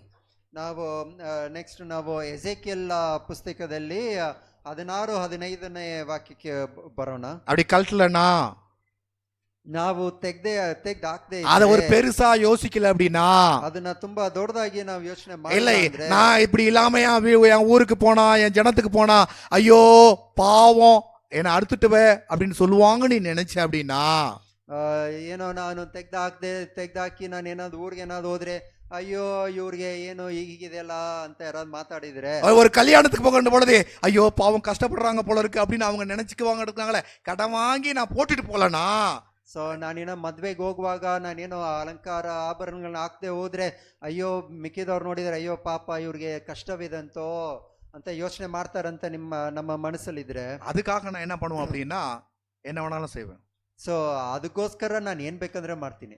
அப்ப இங்க வேதம் சொல்லுது அதை நான் எதுக்கு போடுறேன் அப்படின்றத வேதம் சொல்லுவார், நீயோ வென்றால். ಸೊ ನಾನು ಅದನ್ನ ಯಾಕೆ ಹಾಕ್ತೀನಂತ ಇದ್ರೆ ಈ ವಾಕ್ಯವನ್ನು ಓದಿ 16-15. ஓகே, உன் அழகை நம்பி. ಸೊ ಇಲ್ಲಿ ದೇವ್ರು ಹೇಳ್ತಾ ಇದ್ದಾರೆ, ನಿನ್ನ ಸೌಂದರ್ಯವನ್ನ ನೀನು ಅದನ್ ಮೇಲೆ ಭರವಸೆ ಇಟ್ರೆ. அலங்காரம் எதுக்கு எதுக்கு இது ஆபரணம் அழகுன்னு பார்த்தோம் இல்லைங்களா? நம்ம அழகுன்னு பார்த்தோம் இல்லையா? இப்ப நான் என்ன பண்றேன்னா ஆண்டவர் ஒரு அழகை சொல்றாரு, நான் ஒரு அழகை எடுக்கிறேன். இப்ப ஆண்டவர் என்கிட்ட சொல்றாரு கழட்டி போடு அப்படின்ட்டு நான் சொல்றேன், ஐயோ அது அழகாச்சே, என் ஜனங்களாம் என்ன அசிங்கப்பா நினைப்பாங்களே, நான் கிராமத்துக்கு போனேன்னா என்னை ஒரு மாதிரி பார்ப்பாங்களே, அலியோலியா கோஷ்டி அப்படின்னு சொல்லுவாங்களே, என் ஜனங்கள்லாம் என்ன ஒதுக்கி வச்சிருவாங்களே, சொந்த பந்தம் ஜனங்களுக்காக என் அழகை நான் நம்பி.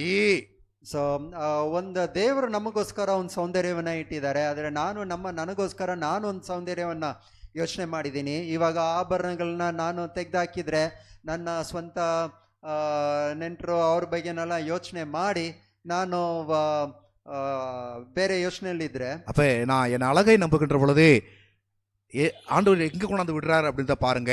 உன் அழகை நம்பி உன் கீர்த்தியினால் சோரமார்க்கமாய் நடந்து வழிபோக்கரில் உனக்கு நேரிட்ட யாவரோடும் வேசித்தனம் பண்ணி, அப்ப வேசித்தனத்தோட கூட கொண்டு வந்து ஆபரணத்தை ஏன் இணைக்கிறார் அப்படின்னு யோசித்து பாருங்க. ಓದ್ತೀರಾ 15ನೇ ವಾಕ್ಯ? ಇಲ್ಲಿ ದೇವರು ಯಾವ್ದಕ್ಕೆ ಇದನ್ನ ದೇವರು ಕರೆಕ್ಟ್ ಮಾಡ್ತಾ ಇದ್ದಾರೆ, ನಮ್ಮ ಸೌಂದರ್ಯದ ಮೇಲೆ ನಾವು ಭರವಸೆಯನ್ನು ಇಟ್ರೆ. ಏನಮ್ಮ ನಿನ್ನ ಸೌಂದರ್ಯದಲ್ಲಿ ಪರವಶವಿಟ್ಟು ನೀವು ಕೀರ್ತಿ ನಿಮಿತ್ತಮಾಗಿ என்னங்களா சூளைத்தனம் அப்படின்னா விபச்சாரம்.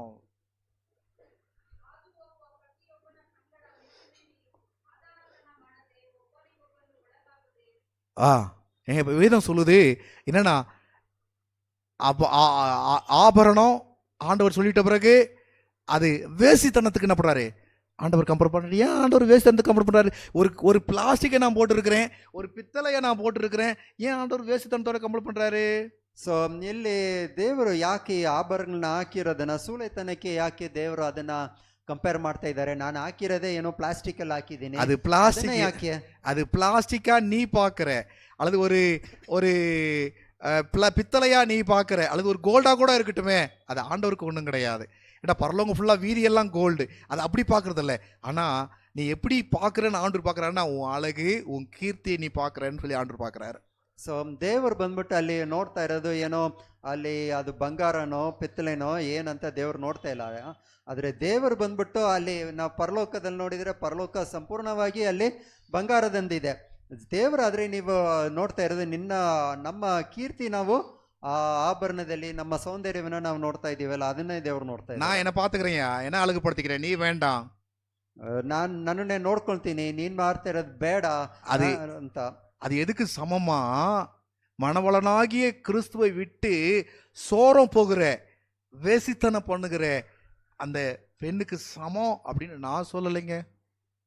ಇಲ್ಲಿ ದೇವರ ವಾಕ್ಯ ಹೇಗೆ ಇದೆ ಅಂದ್ರೆ ಇದು ನಮ್ಮ ಆ, ಆ, ಆ, ನಮ್ಮ ಗಂಡಾಗಿ ಯೇಸು ಕ್ರಿಸ್ತು ಆಗಿ ಇರುವಾಗ ನಾವು ಬೇರೆ ಸೋದೋಮ್ ಸೈಡಲ್ಲಿ ನಾವು ಎಲ್ಕೊಂಡು ಹೋಗೋ ಥರ ಇದು ಇದೆ ಅಂತ ದೇವರ ವಾಕ್ಯನೇ ಹೇಳುತ್ತೆ. என் பொண்ணு டாக்டருக்கு படிச்சிட்டா, ನನ್ನ ಆ, ನನ್ನ ಮಗಳು ಡಾಕ್ಟರ್ಗೆ ಓದಿದ್ದಾಳೆ, என் பொண்ணு இன்ஜினியர் படிச்சிட்டா, ನನ್ನ ಮಗನು ಇಂಜಿನಿಯರ್ ಮುಗಿಸ್ಬಿಟ್ಟ, என் பொண்ணு கலெக்டர், ನನ್ನ ಮಗಳು ಕಲೆಕ್ಟ್ರು, இதெல்லாம் சந்தோஷம். ಇದೆಲ್ಲ ಸಂತೋಷ. என் பொண்ணு விபச்சாரி அப்படின்னு எத்தனை பேர் சொல்லுவீங்க? ಎಷ್ಟು ಜನರು ನನ್ನ ಮಗಳು ಸೂಲೆ ಅಂತ யாரு எத்தனை பேர் விரும்புவீங்க? எத்தனை பேர் விரும்புவீங்க சொல்றதுக்கு? ಎಷ್ಟು ಜನಕ್ಕೆ ಆಸೆ ಆಗಿರುತ್ತೆ? இல்ல அப்படிப்பட்ட ஐயோ என் பொண்ணு பாருங்க அப்படின்னு எத்தனை பேர் சொல்லுவீங்க? ಎಷ್ಟು ಜನರು ನನ್ನ ಮಗಳಿಗೆ ಆಗಿದಲ್ಲ ಅಂತ ಎಷ್ಟು ಜನರು இங்க ಹೇಳ್ತಾರೆ? வேதம் சொல்லுது, உன் அழகை நீ நம்புகின்ற பொழுது, உன் கீர்த்தியை நம்புகின்ற பொழுது அது வேசித்தனுக்கு சமம் அப்படின்னு வேதம் சொல்லுது. ಸೊ ಯಾವಾಗ ನಾವು ನಮ್ಮ ಸೌಂದರ್ಯದ ಮೇಲೆ ನಮ್ಗೆ ಆಸೆ ಇಲ್ಲ, ಅದನ್ನ ನಾವು ಅದ್ರ ಮೇಲೆ ನಾವು ನಂಬಿಕೆ ಭರವಸೆಯನ್ನು ಇಟ್ಟಿರುವಾಗ ದೇವರು ಅದನ್ನ ಬಂದ್ಬಿಟ್ಟು ದೇವರು ಸುಳೆತನ ಅಂತ ದೇವರು ಅದನ್ನ ಕನೆಕ್ಟ್ ಮಾಡ್ತಾರೆ. இங்கே வாசிக்கலாம், எரேமியா 4:30. ಎರೆಮೀಯನ ಪುಸ್ತಕದಲ್ಲಿ 4:30 ಓದನ வாசிக்கலாமா? பாழாய் போன நீ, ஐயோ நல்ல வார்த்தையே இல்லை, சாரி மன்னிச்சுக்குங்க, நல்ல வார்த்தையே வரல, நான் சொல்லலைங்க. பாழாய் போன நீ இப்பொழுது என்ன செய்வாய்? ಸೊ ಇಲ್ಲಿ ತುಂಬಾ ಕಠಿಣವಾದ ವಾಕ್ಯಗಳು ಇದರಲ್ಲಿ ಬರ್ತಾ ಇದೆ, ಆದರೆ ಇದು ವೇದ ವಾಕ್ಯದಿಂದನೇ ಇದು ಬರ್ತಾ ಇದೆ. 30ನೇ ವಾಕ್ಯ, ನೀನು ಸೋರೆ ಯೋಧದ ಏನು ಮಾಡುವಿ? நீ இரத்தாம்பரம் உடுத்தினாலும், ನೀನು ಕಡು ಕೆಂಪ ಬಣ್ಣದ ವಸ್ತ್ರವನ್ನು ತೋಟಿಕೊಂಡಿದ್ದಿರನ್ನು, பொன்னாபரணங்களால் உன்னை சிங்காரித்தாலும், ಚಿನ್ನದ ಆಭರಣಗಳಿಂದ ನಿನ್ನನ್ನು ಅಲಂಕರಿಸಿದ್ದೇನು, உன் கண்களில் மையிட்டு கொண்டாலும், ಮುಖಕ್ಕೆ ಬಣ್ಣ ಹಚ್ಚಿಕೊಂಡಿದ್ದರೇನು, வீணாய் உன்னை ವ್ಯರ್ಥವಾಗಿ அழகுபடுத்துவாய், ವ್ಯರ್ಥವಾಗಿ ನೀನು ನಿನ್ನನ್ನು ಸೌಂದರ್ಯಗಳಾಗಿ ಮಾಡಿಕೊಳ್ಳಿವಿ. சோர நாயகர் உன்னை அசட்டை பண்ணி உன் பிராணனை வாங்க தேடுவார்கள். ನಿನ್ನ ಪ್ರಿಯರು ನಿನ್ನನ್ನು ಅಸಹ್ಯಸುವರು, இது எத்தனை பேருக்கு இது ಪ್ರಾಣವನ್ನು ಹುಡುಕುವರು. எத்தனை பேருக்கு இந்த வசனம் புரிஞ்சிச்சுன்னு எனக்கு தெரியல. ಎಷ್ಟು ಜನರಿಗೆ ಈ ವಾಕ್ಯವನ್ನು அப்ப ஆண்டவர் என்ன சொல்றாருன்னா, நீ என்ன வேணாலும் உடுத்தியா, ரத்தாம்பரம் ராஜரீக ஆடைகள் நீ என்ன வேணாலும் உடுத்து, ನೀನು ಎಂತ ಟೈಪ್ ಡ್ರೆಸ್ ಬೇಕಂದ್ರೆ ಹಾಕು, ಎಷ್ಟೇ ಅದು ಬಂಗಾರ ತರವಾಗಿ ಇರ್ಲಿ, உன் பொன்னாபரணால உன்னை சிங்காரித்துக்கொள், ನಿನ್ನ ಹತ್ರ ಇರುವ ಚಿನ್ನದ ಆಭರಣಗಳಿಂದನೂ ನಿನ್ನ ಸೌಂದರ್ಯ ಪಡಿಸ್ಕೋ, உன் கண்ணுட்ட நீ மை போட்டுக்கோ, என்ன வேணாலும் பண்ணு, ಮುಖದಲ್ಲಿ ನಿನ್ಗೆ ಏನೇನು ಹಾಕ್ಬೇಕೋ ನೀನ್ ಏನೇ ಬೇಕಂದ್ರೆ ಮಾಡ್ಕೋ. இதுல ஒரு வார்த்தை மாத்திரம் கவனிங்க, வீணாய் உன்னை அழகுபடுத்துவாய். என்னங்களா இதெல்லாம் என்னதுங்களா? ಸೊ ಅದ್ರಲ್ಲಿ ಇಲ್ಲಿರುವ ಒಂದು ವಾಕ್ಯ ಮಾತ್ರ ನೋಡಿ, ವ್ಯರ್ಥವಾಗಿ ನೀನು ನಿನ್ನನ್ನು ಸೌಂದರ್ಯಗಳಾಗಿ ಮಾಡಿಕೊಳ್ಳಿ. Exactly words for that in English பாருங்க என்ன சொல்லிருக்கு. ಇಂಗ್ಲಿಷ್ ಅಲ್ಲಿ ಯಾವ ವಾರ್ತೆಯನ್ನು ಯೂಸ್ ಮಾಡಿದ್ದಾರೆ ನೋಡಿ, in vain, அது வீணாய். ಸೊ ಇಲ್ಲಿ ವ್ಯರ್ಥವಾಗಿ ನೀನೇನ್ ಮಾಡಿದ್ರು ಅದು ವ್ಯರ್ಥವಾಗಿ. எப்படிங்க, நான் அழகுன்னு நினைக்கிறேன், ஆனா பைபிள் சொல்லுது அது வீண் அப்படின்னுது. ನಾನು ಸೌಂದರ್ಯ ಅಂತ ನಾನು ಅನ್ಕೊಂಡಿದ್ದೀನಿ, ಆದ್ರೆ ದೇವ್ರ ವಾಕ್ಯ ಹೇಳುತ್ತೆ ಅದು ವ್ಯರ್ಥ ಅಂತ. இல்ல என் கிராமத்துக்குள்ள நுழைய முடியாது, ನಾನು ನನ್ನ ಊರಲ್ಲಿ ಹೋಗಕ್ಕಾಗಲ್ವಲ್ಲ, என் சொந்த பாத்தம் பார்த்து என்ன பண்ணுவாங்க, என்னை அசிங்கப்படுத்துவாங்களே. ನನ್ನ ನೆಂಟ್ರೆಲ್ಲ ನೋಡಿ ನನ್ನನ್ನ ಹೇಗಾಳ್ಸ್ತಾರಲ್ಲ. வேதம் சொல்லுது அது வீணாய் உன்னை அழகுபடுத்துவாய். ಸೊ ವೇದ ವಾಕ್ಯ ಹೇಳುತ್ತೆ ಇದು ನಿನ್ನನ್ನ ವ್ಯರ್ಥವಾಗಿ ಅದು ನಿನ್ನನ್ನ ಸೌಂದರ್ಯಗೊಳಿಸುತ್ತೆ. இங்க யூஸ் பண்ணிருக்க வேர்ட்ஸ் பாருங்க, சோகநாயகர். நம்ம அது சாத்தா உன்னை அசட்டை பண்ணி உன்னை சாகடிப்பான்னு போனா உன் அழகு அங்க பாக்குறதுக்கு வழி கிடையாது. ಸೊ ಇಲ್ಲಿ ಪ್ರಯೋಜಿಸಿರುವ ಪದಗಳನ್ನ ನೀವು ನೋಡಿ, ನಿನ್ನನ್ನು ಅದು ನಿನ್ನ ಪ್ರಿಯರು ಅಂತ ಅದು ಹೇಳುತ್ತೆ. ಆದ್ರೆ ಅವರು ಹೇಗೆ ಮಾಡ್ತಾರೆ, ಅವ್ರು ನಿನ್ನನ್ನು ಅಸಹ್ಯ ಪಡಿಸ್ತಾರೆ. உன் அழகை பார்க்க போறது கிடையாது, ಅವರು ನಿನ್ನ ಸೌಂದರ್ಯವನ್ನು ನೋಡಲ್ಲ. தேவன் இல்லாம அழகே கிடையாதுங்க. ದೇವರಿಲ್ದೆ ಸೌಂದರ್ಯತೆ ಇಲ್ಲ. திரும்ப எசேக்கியேல் 16:14 வரப்போறோம். ತಿರ್ಗಾ ಎಸೇಕಿಯೇಲನ ಪುಸ್ತಕದಲ್ಲಿ 16:14 ಬರೋಣ. உன் அழகினாலே, ನಿನ್ನ ಸೌಂದರ್ಯತೆಯಿಂದ, உன் கீர்த்தி ನಿನ್ನ ಕೀರ್ತಿಯು புறஜாதிக்குள்ளே பிரசித்தமாயிற்று. ಹೊರೆ ದೇಶಕ್ಕೆ ನಿನ್ನ ಸೌಂದರ್ಯತೆ ತಿಳ್ಕೊಂಡ್ ಬಂದಿದೆ. எதனால? ಯಾವ್ದಿಂದ? எதனால புறஜாதிக்குள்ள நீங்க தெரியப்பட்டிருக்கீங்க? ಯಾಕೆ ನೀವು ಹೊರ ದೇಶದಲ್ಲಿ ನಿಮ್ಮನ್ನ ಪ್ರಿಯಪಟ್ಟಿದ್ದಾರೆ? என்னுடைய மேரேஜ் நடந்தது, ನನ್ನ ಮದುವೆ ನಡೀತು. அது எனக்கு தெரியல, என்னன்னு எப்படி நடந்ததுன்னு எனக்கு தெரியல. ಹೇಗ್ ನಡೀತು ಅಂತ ಗೊತ್ತಿಲ್ಲ. அந்த மேரேஜ் வரும் பொழுது அங்கே நடத்தி வச்சவர் என்ன கேட்டார்னா, தம்பி செயின் வச்சுக்கிறீங்களாப்பா, திருமண அடையாளம் வச்சிருக்கீங்களா அப்படின்னு கேட்டாரு. ಸೊ ಮದುವೆ ಆಗುವಾಗ ಅಲ್ಲಿ ಪಾಸ್ಟರ್ ಹತ್ರ ಕೇಳಿದ್ರು, ನಿಮ್ನ ಮದುವೆ ಗುರ್ತಾಗಿ ಚೈನ್ನ ಇಟ್ಟಿದ್ದೀರಾ ಅಂತ. அப்படிலாம் ஒன்றும் இல்லை, ಆ ತರ ಎಲ್ಲ ಇಲ್ಲ. பைபிள் வச்சிருக்கிறோம் மாத்திக்கிறதுக்கு. ಬೈಬಲ್ ಇಟ್ಕೊಂಡಿದೀವಿ ಚೇಂಜ್ ಮಾಡೋದಕ್ಕೆ. அது ஏன் அப்படி நடந்தது எனக்கு தெரியாது, பட் ಯಾಕ್ தெய்வ ಆ ಥರ செயல், ನಡೀತು ಅಂತ ಗೊತ್ತಿಲ್ಲ. தெய்வ செயல். ದೇವರ ಒಂದು செயಲು. அப்போ அவர் கேட்டார், என்னப்பா எங்கன்னா போனீங்கன்னா என்ன நடக்கும், இந்த சமுதாயத்தினாச்சும் உன்னை பாதுகாத்துனாச்சும் நீ போடக்கூடாதா அப்படின்னு கேள்வி கேட்டாங்க என்ன மேரேஜ் நடத்துறவங்க. ಅಲ್ಲಿ ಆ ಮದುವೆನ ನಡೆಸಿದವರು ಹೇಳಿದ್ರು, ನಿನ್ನ ಪ್ರೊಟೆಕ್ಷನ್ಗೋಸ್ಕರ ಅಟ್ಲೀಸ್ಟ್ ನಿನ್ ಬೇರೆ ದೂರ ದೇಶಕ್ಕೆ ಹೋಗುವಾಗ ಅದು ಹಾಕೊಳ್ಬೋದಲ್ಲ ಅಂತ. கல்யாணத்துக்கு எங்களுக்கு சாப்பாடு குறையும் இல்லை, ಸೊ ಮದುವೆ ಸಮಯದಲ್ಲಿ ಊಟಕ್ಕೋಸ್ಕರ ಯಾವ ಕೊರತೆಯೂ சாப்பாடு நிறைவா இருந்தது, ಊಟ ಚೆನ್ನಾಗೇ ಇತ್ತು. ஏன் அப்படின்னா மகாசில இருந்து வந்தவங்க இதெல்லாம் ஒரு கல்யாணமாடா, ஒரு செயின் போடாத ஒரு தாலி கட்டாத கல்யாணமான்னு சொல்லிட்டு சாப்பிடாம போயிட்டாங்க, அதனால சாப்பாடு நிறைவா இருந்தது. ಸೊ ಯಾಕಂದ್ರೆ ಪಾಸ್ಟ್ರ ಮನೆಯವರಿಂದ ಅಲ್ಲಿ ಅವರು ಏನು ಒಂದು ಚೈನ್ ಕೂಡ ಹಾಕಿಲ್ಲ ಅಂತ ಮದ್ವೆಗೆ ಅವರೆಲ್ಲರೂ ಏನ್ ಮಾಡಿದ್ರು ಅಂದ್ರೆ ಊಟ ಮಾಡದೆ ಹೋಗ್ಬಿಟ್ರು. தாலி கயிறு கூட போடலையே ಅಲ್ಲಿ ಮದ್ವೆಗೋಸ್ಕರ ಈವನ್ ಒಂದ್ ದಾರ ಕೂಡ ಹಾಕಿಲ್ವಲ್ಲ ಅಂತ. அப்ப நான் புறஜாதி மத்தியில என் அழகை நான் எப்படி காமிக்கணும்? ನಾನು ಹೊರ ಜನರ ಮುಂದೆ ನಾನು ನನ್ನ சௌந்தரியத்தைವನ್ನು ನಾನು ಹೇಗೆ, நம்ம அழகை எப்படி நம்ம காமிக்க விரும்புறோம் அப்படின்னு பேச சொல்லுது, உன் அழகினாலே உன் கீர்த்தி பிரஜாக்குள்ள பிரசித்த மாட்டேன். எது அழகு? என் அலங்காரம். ಸೊ ನಾವು ಹೇಗೆ ನಮ್ಮ ಕೀರ್ತಿಯನ್ನು ನಾವು ತೋರಿಸ್ಕೊಳ್ತೀವಿ ಅಂದ್ರೆ ನಮ್ಮ ಸೌಂದರ್ಯತೆಯಿಂದ. நான் சிலரை பார்த்துருக்கிறேன், ನಾನು ಕೆಲವು ಜನರನ್ನ ನೋಡಿದ್ದೀನಿ. அப்படி பார்த்துட்டு எங்கன்னா கல்யாணத்தில் பார்த்தோம்னா அங்கே பார்த்தவங்க சர்ச்சில் பார்த்தவங்க எப்படா இது வித்தியாசமா இருக்குன்னு பார்ப்பேன். என்கிட்ட ஃபுல்லா நெக்லஸ் மேலே 3-4 எப்படி வந்திருக்கும் எப்படின்னு தெரியும். ಕೆಲವರು ಜನರನ್ನ ನೋಡಿದ್ರೆ ಚರ್ಚಲ್ಲಿ ನೋಡೋದಕ್ಕೂ ಅಲ್ಲಿ ಒಂದು ಮದುವೆಯಲ್ಲಿ ನೋಡೋದಕ್ಕೂ ತುಂಬಾ ವ್ಯತ್ಯಾಸವಾಗಿರುತ್ತೆ. ಚರ್ಚಲ್ಲಿ ಏನೂ ಇರಲ್ಲ, ಅದರಲ್ಲಿ ಮದುವೆಯಲ್ಲಿ ಅಷ್ಟು ಆಭರಣಗಳನ್ನ ಹಾಕಿರ್ತಾರೆ. வேதம் சொல்லுது, புறஜாதிக்குள்ள அது கீர்த்தி கிடையாதுங்க, அது அழுக்கு கிடையாதுங்க, அதுக்காக நான் அழைக்கப்படலைங்க. ಸೊ ದೇವರ ವಾಕ್ಯ ಹೇಳುತ್ತೆ, ನನ್ನ ಸೌಂದರ್ಯತ್ವವನ್ನು ನೋಡೋದಕ್ಕೆ ದೇವರು ಬಂದ್ಬಿಟ್ಟು ಹೊರ ಜನರ ಮಧ್ಯದಲ್ಲಿ ನೋಡೋದಕ್ಕಂತ ದೇವರು ಆಸೆ ಪಟ್ಟಿಲ್ಲ.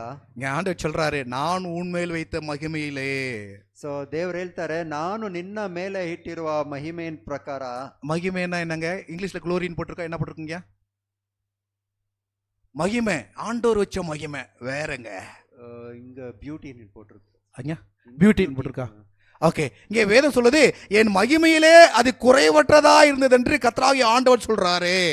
ಸೊ ದೇವ್ರು ಹೇಳ್ತಾರೆ, ಆ ದೇವರ ಮಹಿಮೆ ಹೇಗಿದೆ ಅಂದ್ರೆ ಅದು ಯಾವ ಕೊರತೆಯೂ ಇಲ್ಲದೆ ಇರುವ ಮಹಿಮೆಯಾಗಿದೆ. அப்ப ஆண்டவர் எப்படி மனுஷனை உண்டாக்குனார் அப்படின்னா, அல்லது மோசே ஆண்டவரை பார்த்து உன் மகிமையை நான் பார்க்கணும் அப்படின்னும் பொழுது அவருடைய குணலட்சணங்கள் தான் என்ன பண்ணுச்சு? கர்த்தர் கிருபை உள்ளவர், நீடிய பொறுமை உள்ளவர், அவர் இரக்கம் உள்ளவர். அதுதான் மகிமையா வெளியே வந்துட்டு இருந்துச்சு. ಸೊ ದೇವರು ಮೋಸೆ ಬಂದ್ಬಿಟ್ಟು ದೇವರ ಹತ್ರ ನಿಮ್ಮ ಮಹಿಮೆಯನ್ನು ನನಗೆ ತೋರಿಸಿ ಅಂತ ಹೇಳುವಾಗ ದೇವರ ಮಹಿಮೆ ಹೇಗೆ ಆಚೆ ಬಂತು? ಅವರ ಗುಣದಿಂದ ಬಂತು, ಅವರ ಒಳ್ಳೆತನ, ಈ ಎಲ್ಲ ಒಳ್ಳೆ ವಿಷಯಗಳನ್ನೇ ದೇವರು ಆಚೆ ಬಂದು ತೋರಿಸ್ಕೊಂಡ್ರು. அவரோட மகிமையினாலே என்னங்களா அதை பார்க்கும் பொழுது அது அந்த ஆபரணம், அந்த கீர்த்தி, அந்த புகழ்ச்சி, அந்த அந்த கோல்டா இருக்கட்டும் அல்லது டைமண்டா இருக்கட்டும், எல்லாமே குறைவாய் ஆண்டவர் பார்க்கிறாரு. அப்ப அந்த குறைவானது எனக்கு வேணுமா?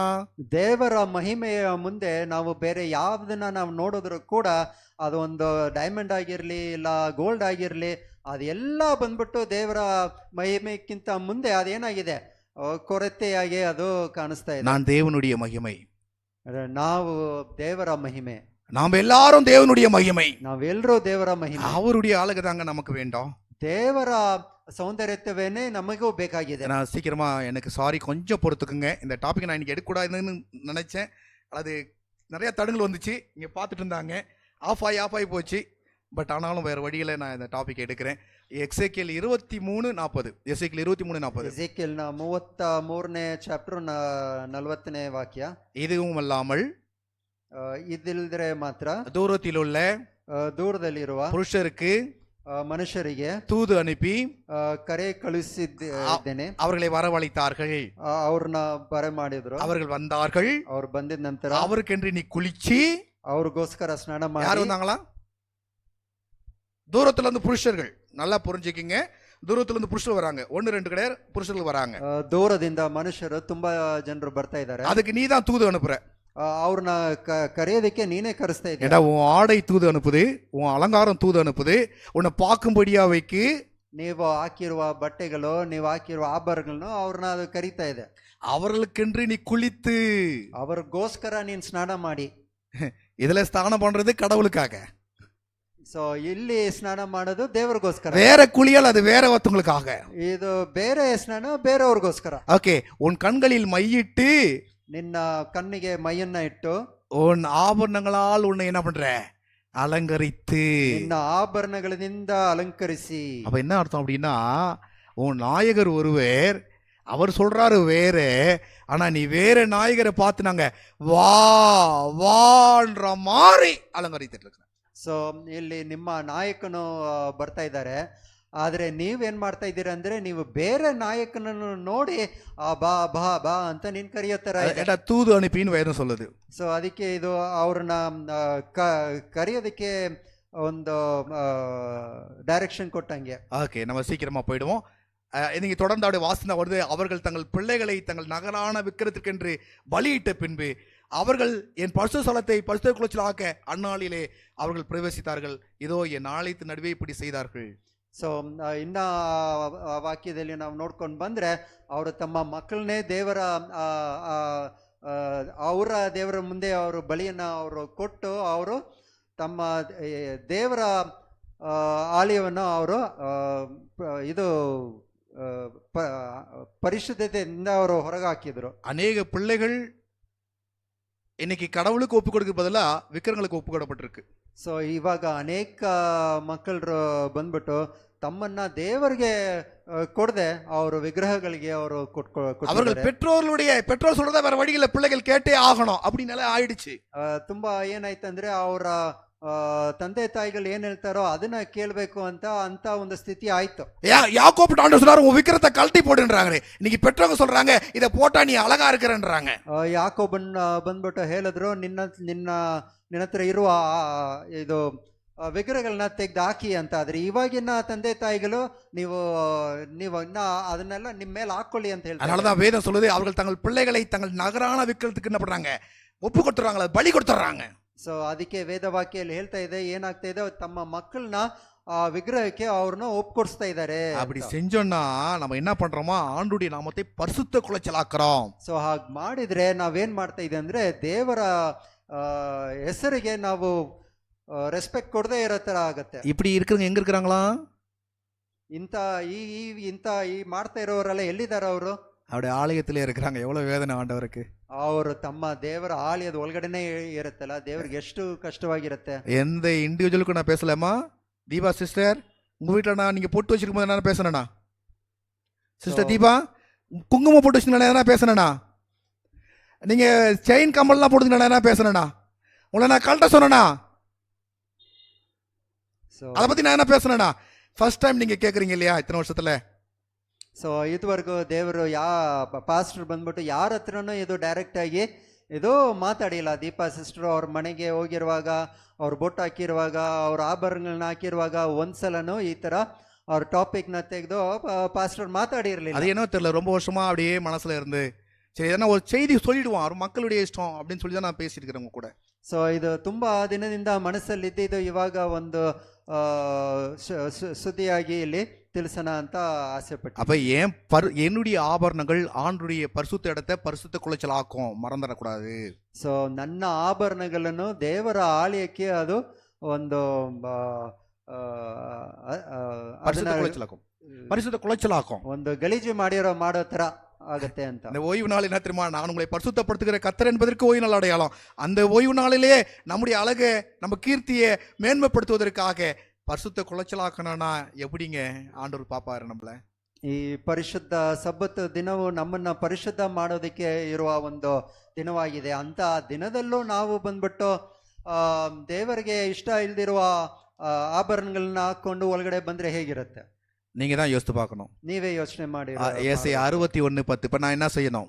ನಾವೇನ್ ಮಾಡ್ಬೇಕು ಇವಾಗ? ಯೆಶಾಯನ 61:10 ನೋಡೋಣ. கர்த்தருக்குள் மன பூரிப்பாய் மகிழ்ந்திருக்கிறேன். ದೇವರಲ್ಲಿ ನಾನು ಸಂಪೂರ್ಣವಾಗಿ ಸಂತೋಷ ಪಡ್ತಿದ್ದೀನಿ. நான் யாருக்குள்ள இருக்கணும்? நானு நம்ம ஏன் ஆலயத்துக்குள்ள இருக்கிறோம்? கர்த்தருக்குள்ள இருக்கணும்ட்டு. ನಾವ್ ಯಾಕೆ ಇಲ್ಲಿ ದೇವರ ಆಲಯದ ಒಳಗಡೆ ಇದ್ದೀವಿ, ದೇವರ ಒಳಗಡೆ ಇದ್ದೀವಿ ಅಂತ. அது பூரிப்பா இருக்கிறேன், மகிழ்ச்சி கொள்ளுதே, கர்த்தருக்குள்ள பூரிப்பு, சந்தோஷம். ನಾನು ದೇವರ ಒಳಗಡೆ ಬಹಳ ಸಂತೋಷವಾಗಿ ನಾನು ಇದ್ದೀನಿ. என் தேவனுக்குள் என் ஆத்துமா களி கூறுகிறது. ನನ್ನ ಪ್ರಾಣವು ನನ್ನ ದೇವರಲ್ಲಿ ಉಲ್ಲಾಸ ಪಡುವುದು. மணவாளன் ஆபரணங்களால் தன்னை அலங்கரித்துக் கொள்வதற்கும் மணவாட்டி நகைகளால் தன்னை செங்காரித்துக் கொள்வதற்கும் ஒப்பாக. அப்படின்னா என்ன சொல்லுது? நீ எனக்காக நீ கழட்டுக்கின்ற பொழுது நீ எதை அணியணும், எது மேன்மை அப்படின்றத நமக்கு காமிக்குது. ಸೊ ಇವಾಗ ನಾವು ನಮ್ಮನ್ನೇ ನಾವು ಸೌಂದರ್ಯವನ್ನು ಮಾಡುವಾಗ ನಮಗೆ ಯಾವ ಮಹಿಮೆ ಅಂತ ನಾವು ಸೆಲೆಕ್ಟ್ ಮಾಡೋ ತರ ಅದು ಇರುತ್ತೆ. அப்ப ஆண்டு சொல்றாரு அதுக்கு ஒப்பாக அப்படின்னா அது இல்ல, அது வேண்டாம், அது தேவையில்லை, அதற்கு ஈடா, அதற்கு ஒப்பாக நான் இன்னொன்னத்தை கொடுக்கிறேன் உனக்கு. ಸೊ ಅದು ದೇವ್ರು ಏನ್ ಹೇಳ್ತಾ ಇದೆ ಅಂದ್ರೆ, ಅದು ನಿನಗೆ ಬೇಡ, ಅದು ಈಕ್ವಲ್ ಆಗಲ್ಲ, ಆದ್ರೆ ಅದಕ್ಕೆ ಈಕ್ವಲ್ ಆಗಿರೋ ತರ ನಾನು ಒಂದು ಕೊಡ್ತೀನಿ ಅಂತ. ரட்சிப்பின் வஸ்திரங்கள் ನಮಗೆ ಎಂತ ಇದು ಈಕ್ವಲ್ ಆಗಿ ದೇವ್ರು ಕೊಡ್ತಾರೆ ಅಂದ್ರೆ, ನೀತಿ ಅಂತ ಇರುವ ಬಟ್ಟೆಯನ್ನು ದೇವ್ರು ಕೊಡ್ತಾರೆ. நீதியின் சால்வை, ரட்சிப்பின் வஸ்திரம், நீதியின் சால்வை. ಅದು ನಮ್ಮ ರಕ್ಷಣೆಗೋಸ್ಕರ ಇರುವ ಒಂದು ನೀತಿನೇ ದೇವರು ನಮಗೆ ಕೊಡ್ತಾರೆ. You select which one you want. ನಿಮಗೆ ಏನ್ ಬೇಕಾಗಿದೆ ಅಂತ ನೀವು ಸೆಲೆಕ್ಟ್. நீதி வஸ்திரம் வேணுமா? நீதியின் வஸ்திரம் வேணுமா? ನೀತಿವಂತ ಇರುವ ವಸ್ತ್ರ ನಿಮಗೆ ಬೇಕಾ? ரட்சிப்பின் சால்வை வேணுமா? அப்படி மாத்தீங்க. ரட்சிப்பின் வஸ்திரம் வேணுமா? நீதியின் சால்வை வேணுமா? எது உனக்கு வேணும்? ஆண்டவர் தரிக்கிறது வேணுமா? நீ உனக்கு தரித்துக் கொள்வது வேணுமா? ದೇವರು ಕೊಟ್ಟಿರೋದು ನಿಮಗೆ ಬೇಕಾ, ಇಲ್ಲ ನೀವು ಹಾಕಿರೋದು ನಿಮಗೆ ಬೇಕಾಗಿದೆ? இந்த உலகத்துல வாழணும் அப்படி நீ நினைச்சு நீ உடுத்துறது, நீ அழகுபடுத்துறது அது வேணுமா? இல்ல ஆண்டவர் உனக்கு ரட்சிப்பை கொடுத்து, உனக்கு நீதியை கொடுத்து, உன்னை பரலோகம் கொண்டு போய் எந்த தங்கத்தை நீ தலையில வைக்கிறியோ அதை கால் கீழே வைக்கிற ஆண்டவர் உனக்கு வேணுமா?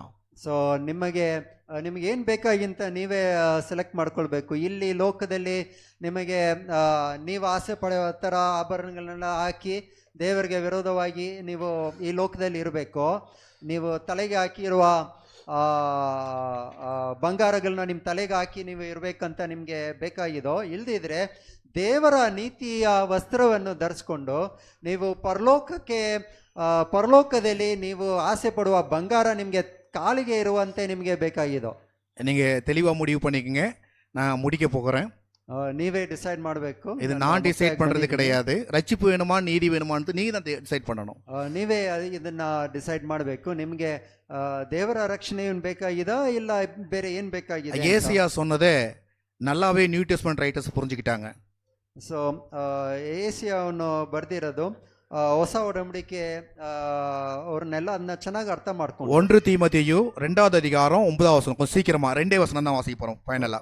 1ನೇ ತಿಮೋತಿಯದು 2வது அதிகாரம் 2ನೇ ಚಾಪ್ಟರ್ 10ನೇ 9 10. 9 10.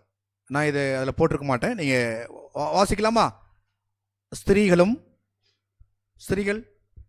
ஸ்திரீகளும் மயிரை பின்னுதலாவது பொன்னாபரணங்களால் முத்துக்களாவது விலையேற பெற்ற வஸ்திரங்களால் தங்களை ಓದ್ತೀರಾ 9 10? தங்களை ஆ ஆ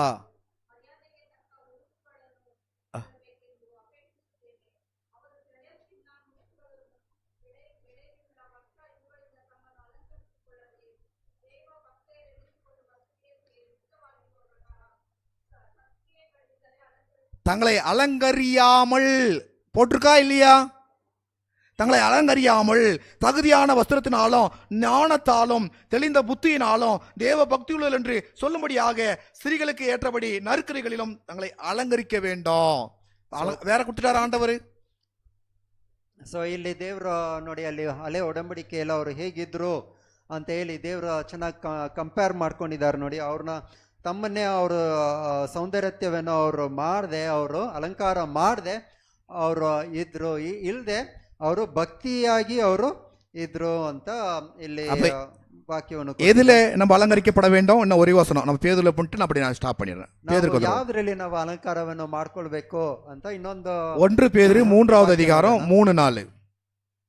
1ನೇ ಪೇದ್ರು 3ನೇ ವಾಕ್ಯ 3ನೇ ಚಾಪ್ಟರ್ 4ನೇ ವಾಕ್ಯ. 3வது அதிகாரம் 3 4 வாசிக்கலாமா?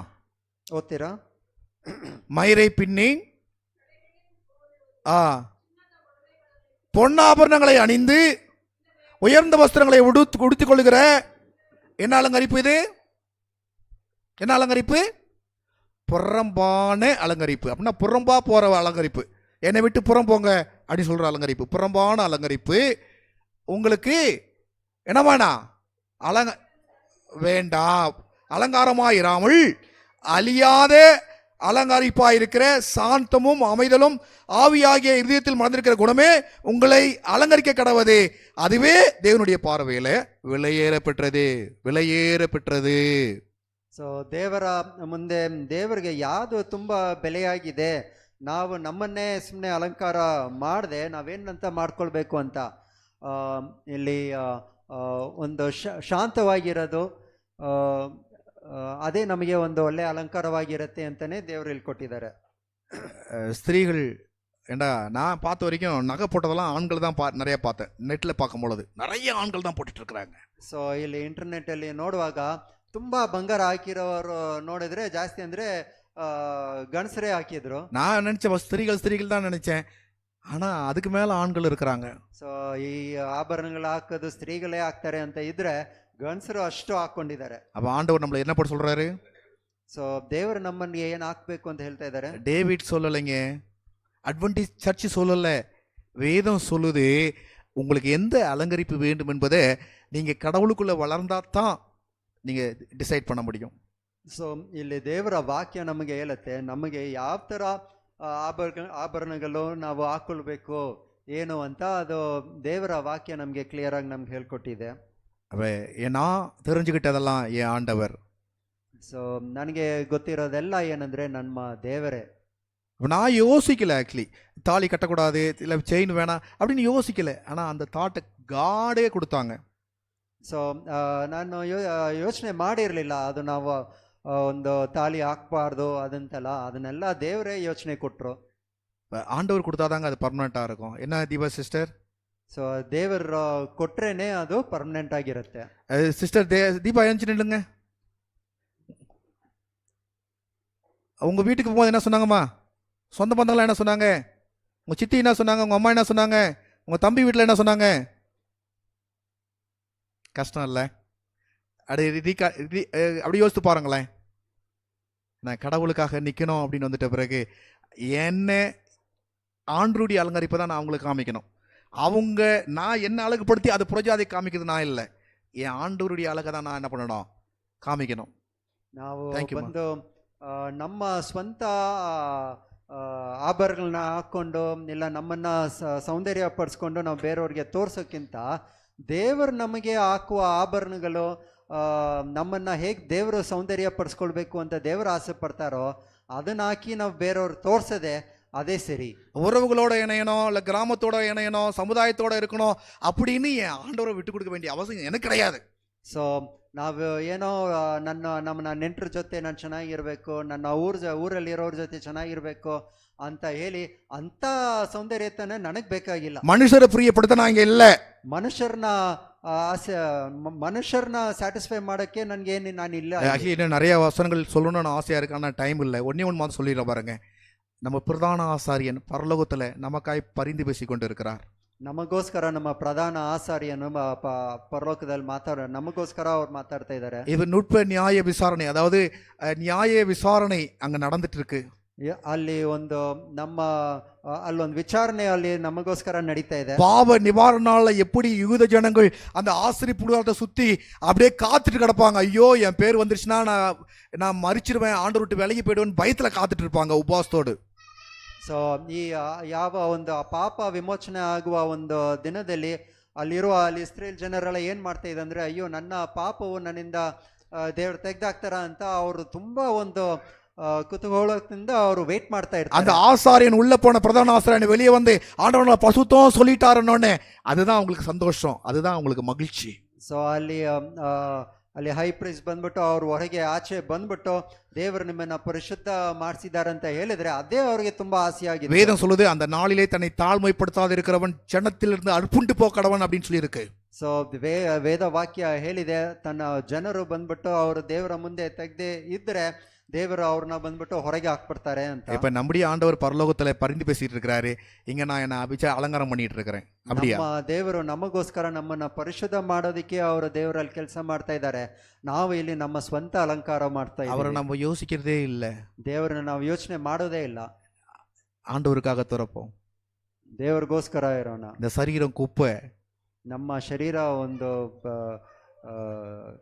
ಕಸತ್ತರ. அழகு நிரந்தரமானது அல்ல, ಸೌಂದರ್ಯತನ ಅದು ಪರ್ಮನೆಂಟ್ ಇಲ್ಲ, அழியக்கூடியது. ಅದು ಅಳ್ದೋಗತ್ತೆ. இந்த அழிய போறத ஆண்டவர்கிட்ட கொடுத்துருவோமே. ಈ ಫುಲ್ ಹಂಗೆ ನಾಶ ಆಗತ್ತಲ್ಲ, ಇದನ್ನ ದೇವ್ರ ಹತ್ರ ಕೊಟ್ಬಿಡೋಣ. நான் திரும்ப சொல்றேன், இது சொப்னாவுக்கு கிடையாது, சொப்னாவுக்கு. ತಿರ್ಗಾ ಹೇಳ್ತಾ ಇದ್ದೀನಿ, ಇದು ಸ್ವಪ್ನಾಗಂತ ಇಲ್ಲ, இல்லைங்களா? எல்லாருக்கும் இது ಎಲ್ರಿಗೋಸ್ಕರ. நம்மளுக்கு ஆண்டவர்கிட்ட கொடுத்துருவோம். நம்மன தேவರಿಗೆ ನಾವು கொடுக்குறேன் அப்படின்றதுக்காக தான் யாரும் வரப்பட. ஏன்டா சிம்பிள் என்ன ஆகுதுன்னா, நம்ம வெளியே போகும்பொழுது நம்ம ஃப்ரெண்டு சொந்தக்காரங்க அவங்க நம்மளை கடவுளை விட்டு பிரிக்கிறதுக்கு என்ன இது இப்படி போட்டால் என்ன ஆகிடுது அப்படின்னு நம்மளை என்ன பண்ணுறாங்க, சத்தியத்தை விட்டு வெளியே எடுத்துடுறாங்க. வேண்டாம். ಸಮ್ಟೈಮ್ಸ್ ನಾವು ಆಚೆ ಹೊರಗೆ ಹೋಗುವಾಗ ನಮ್ಮ ಫ್ರೆಂಡ್ಸ್ ಎಲ್ಲ ಹೇಳ್ತಾರೆ, ಇದನ್ನೆಲ್ಲ ಹಾಕಿದ್ರೆ ಏನಿದೆ, ಇದೆಲ್ಲ ಏನಾಗಲ್ಲ ಅಂತ ಹೇಳುವಾಗ ನಮ್ಮನ್ನ ದೇವರಿಂದ ಅವರು ದೂರ ತೆಗೆದು ಹಾಕ್ತಾರೆ. ನಾ ಯಾರು தெரியுமா? நடமாடும் சுவிசேஷம். ನಾವ್ ಯಾರಂತ ಗೊತ್ತಿದ? ನಾವು ನಡೀತಾ ಇರುವ ಸುವಿಶೇಷಕ. இது கிறிஸ்துவினுடைய வண்டி, ಇದು ದೇವರ ಒಂದು ಗಾಡಿ. உன்னை பார்த்தாலே நீ கிறிஸ்டின்னு தெரியும், நீ பிரசங்கம் பண்ண வேண்டாம், ನೀವು ಪ್ರಸಂಗ ಮಾಡೋದು ಬೇಕಾಗಿಲ್ಲ. ನೋಡಿದ್ರೇನೆ ನೀವು அவங்களுக்கு செய்தி சொல்ல வேண்டிய அவசியம் இல்ல, ಅವ್ರಿಗೆ ನೀವು ಸುದ್ದಿ ಹೇಳೋದು ಬೇಕಾಗಿಲ್ಲ. அப்படி நடந்து போனாலே அவங்க கிறிஸ்டியன் அப்படின்னு கண்டுபிடிக்கணும்னா இது ஒரு வழி ஆண்டவர் கொடுத்துருக்காருங்க. ಸೊ ದೇವರು ನಮಗೆ ಒಂದು ದಾರಿಯನ್ನು ಕೊಟ್ಟಿದ್ದಾರೆ. ನೀವು ನಡ್ಕೊಂಡು ಹೋಗ್ತಾ ಇದ್ರೇನೆ ಇವರು ಕ್ರಿಶ್ಚಿಯನ್ ಅಂತ ಹೇಳೋದಕ್ಕೆ ದೇವರು ಒಂದು ದಾರಿನ ಇದು ಕೊಟ್ಟಿದ್ದಾರೆ. மற்றவங்களாம் கிறிஸ்டியன் இல்லையான்னு கேட்டா அது எனக்கு தெரியாது. ಸೊ ಮಿಕ್ಕಿದವರೆಲ್ಲ ಕ್ರಿಶ್ಚಿಯನ್ ಇಲ್ವಾ ಅಂತ ಹೇಳಿದ್ರೆ ನನಗೆ ಗೊತ್ತಿಲ್ಲ. நான் வேத வசனம் பேசங்க இருக்கிறேன். ನಾನು ಇಲ್ಲಿ ವೇದ ವಾಕ್ಯವನ್ನು ನಾನು எந்த இடத்துலயும் ஆண்டவர் நமக்கு நான் நிறைய பார்த்தேன், யோசித்து பார்த்தேன், என்னென்னமோ ஆசீர்வாதம் பண்ணியிருக்கிறாரு. நான் ஆண்டவர் நான் ரட்சிப்புக்கு அடைஞ்சிட்டா எனக்கு கம்பல் போடுவாரா இல்லை எனக்கு செயினை போடுவாரான்னு பார்த்தா இல்லை, வெறும் கிரீடம் தான் வைக்கிறாரு. வேற செயின் கம்பல் நகை அது என்னென்னமோ சொல்லுவாங்கல்ல, அதெல்லாம் அவர் போடலை. ಸೊ ಇಲ್ಲಿ ಎಷ್ಟೋ ನಾನು ನೋಡಿದ್ರು ಕೂಡ ನಾನು ರಕ್ಷಣೆ ಒಂದೇ ಇಲ್ಲಿ ಹೋಗುವಾಗ ದೇವ್ರ ಹತ್ರ ಹೋಗುವಾಗ ನನಗೆ ಅದಾಗ್ತಾರೆ, ಕಿವಿಯಲ್ಲಿ ಹಾಕ್ತಾರೆ, ಕಾಲ್ಗೆ ಅದಾಗ್ತಾರೆ ಅಂತ ನೋಡಿದ್ರೆ ಏನೂ ಇಲ್ಲ. ಬೇರೆ ಒಂದು ದೇವರು ನನ್ನ ತಲೆಗೆ ಒಂದು கிரீடವನ್ನು ಮಾತ್ರ ದೇವರು. பழைய பாட்டில் அப்படி பார்த்துருக்கிறேன், உனக்கு இதை போடுவேன் அதை போடுவேன். ஆனால் புதிய பாட்டில் வரும்போது நியூ ஜெருசலேமில் வரும்பொழுது ஒன்லி கிரீடம், இது எதுவுமே கிடையாது. ಹಳೆ ಒಡಂಬಡಿಕೆಯಲ್ಲಿ ನಾನು ನೋಡಿದ್ದೀನಿ ನಿನಗೆ ಅದಾಗ್ತೀನಿ ಇದಾಗ್ತೀನಿ ಅಂತಲ್ಲ, ಆದರೆ ಹೊಸ ಒಡಂಬಡಿಕೆಯಲ್ಲಿ ನೋಡಿದರೆ ಹೊಸ ಯೆರೂಸಲೇಮ್ ಪಟ್ಟಣದಲ್ಲಿ ಬೇರೆ கிரீட ಮಾತ್ರನೇ ದೇವರು ಇಟ್ಟಿದ್ದಾರೆ. அவரை பிரியப்படுத்த நம்ம வாழ்வோம். ஆண்டவர் உங்களை ஆசீர்வதிப்பாராக. ದೇವರನ್ನ ಪ್ರಿಯ ಮಾಡೋದಕ್ಕೆ ನಾವು ಜೀವನ ಮಾಡೋಣ. ದೇವರು ನಿಮ್ಮನ್ನ ಎಲ್ಲರನ್ನು ಆಶೀರ್ವದಿಸಲಿ. இது குறித்த சந்தேகம் இருந்ததுன்னா தயவுசெய்து என்கிட்ட கேட்டுடுங்க. ನಿಮಗೆ ಇದರಲ್ಲಿ ಏನಾದರೂ ಪ್ರಶ್ನೆಗಳಿದ್ರೆ ನೀವು ಬಂದು ಬೋಧಕರನ್ನ ಮೀಟ್ ಮಾಡ್ಬೋದು. நான் இன்னும் டீட்டெயில் உங்களுக்கு கொடுக்குறேன். ಇನ್ನೂ ಡೀಟೇಲ್ ಆಗಿ ಹೇಳ್ತೀನಿ. இன்னும் அதிகமாக அதை பற்றி நம்ம படிப்போம். ಅದನ್ನ ಇನ್ನೂ ಡೀಟೇಲ್ ಆಗಿ ತಗೊಂಡು ಓದೋಣ. தீர்மானம் எடுக்க வேண்டியது நீங்கள் நான் கிடையாது. ನೀವು ಅದ್ರ ಬಗ್ಗೆ ಡಿಸಿಷನ್ ತಗೊಳ್ಬೇಕಾಗಿರೋದು ನೀವೇ. ஆண்டவர் உங்களை ஆசீர்வதிப்பார். என் மேலே கோபப்படாதீங்க, நான் வேதவசனம் சொல்லியிருக்கிறேன். ஆண்டவர் உங்களை ஆசீர்வதித்து நல்ல தீர்மானம் எடுக்க ஆண்டவர் உங்களுக்கு உதவி செய்யட்டும். ಬೋಧಕರ ಮೇಲೆ ನೀವು ಕೋಪ ಮಾಡ್ಕೊಳ್ಬಾರ್ದು. ಇದು ದೇವರ ವಾಕ್ಯವನ್ನು ತಿಳಿಸಿರೋದೆ. ದೇವರು ನಿಮ್ಮ ಎಲ್ಲರನ್ನು ಆಶೀರ್ವದಿಸಲಿ.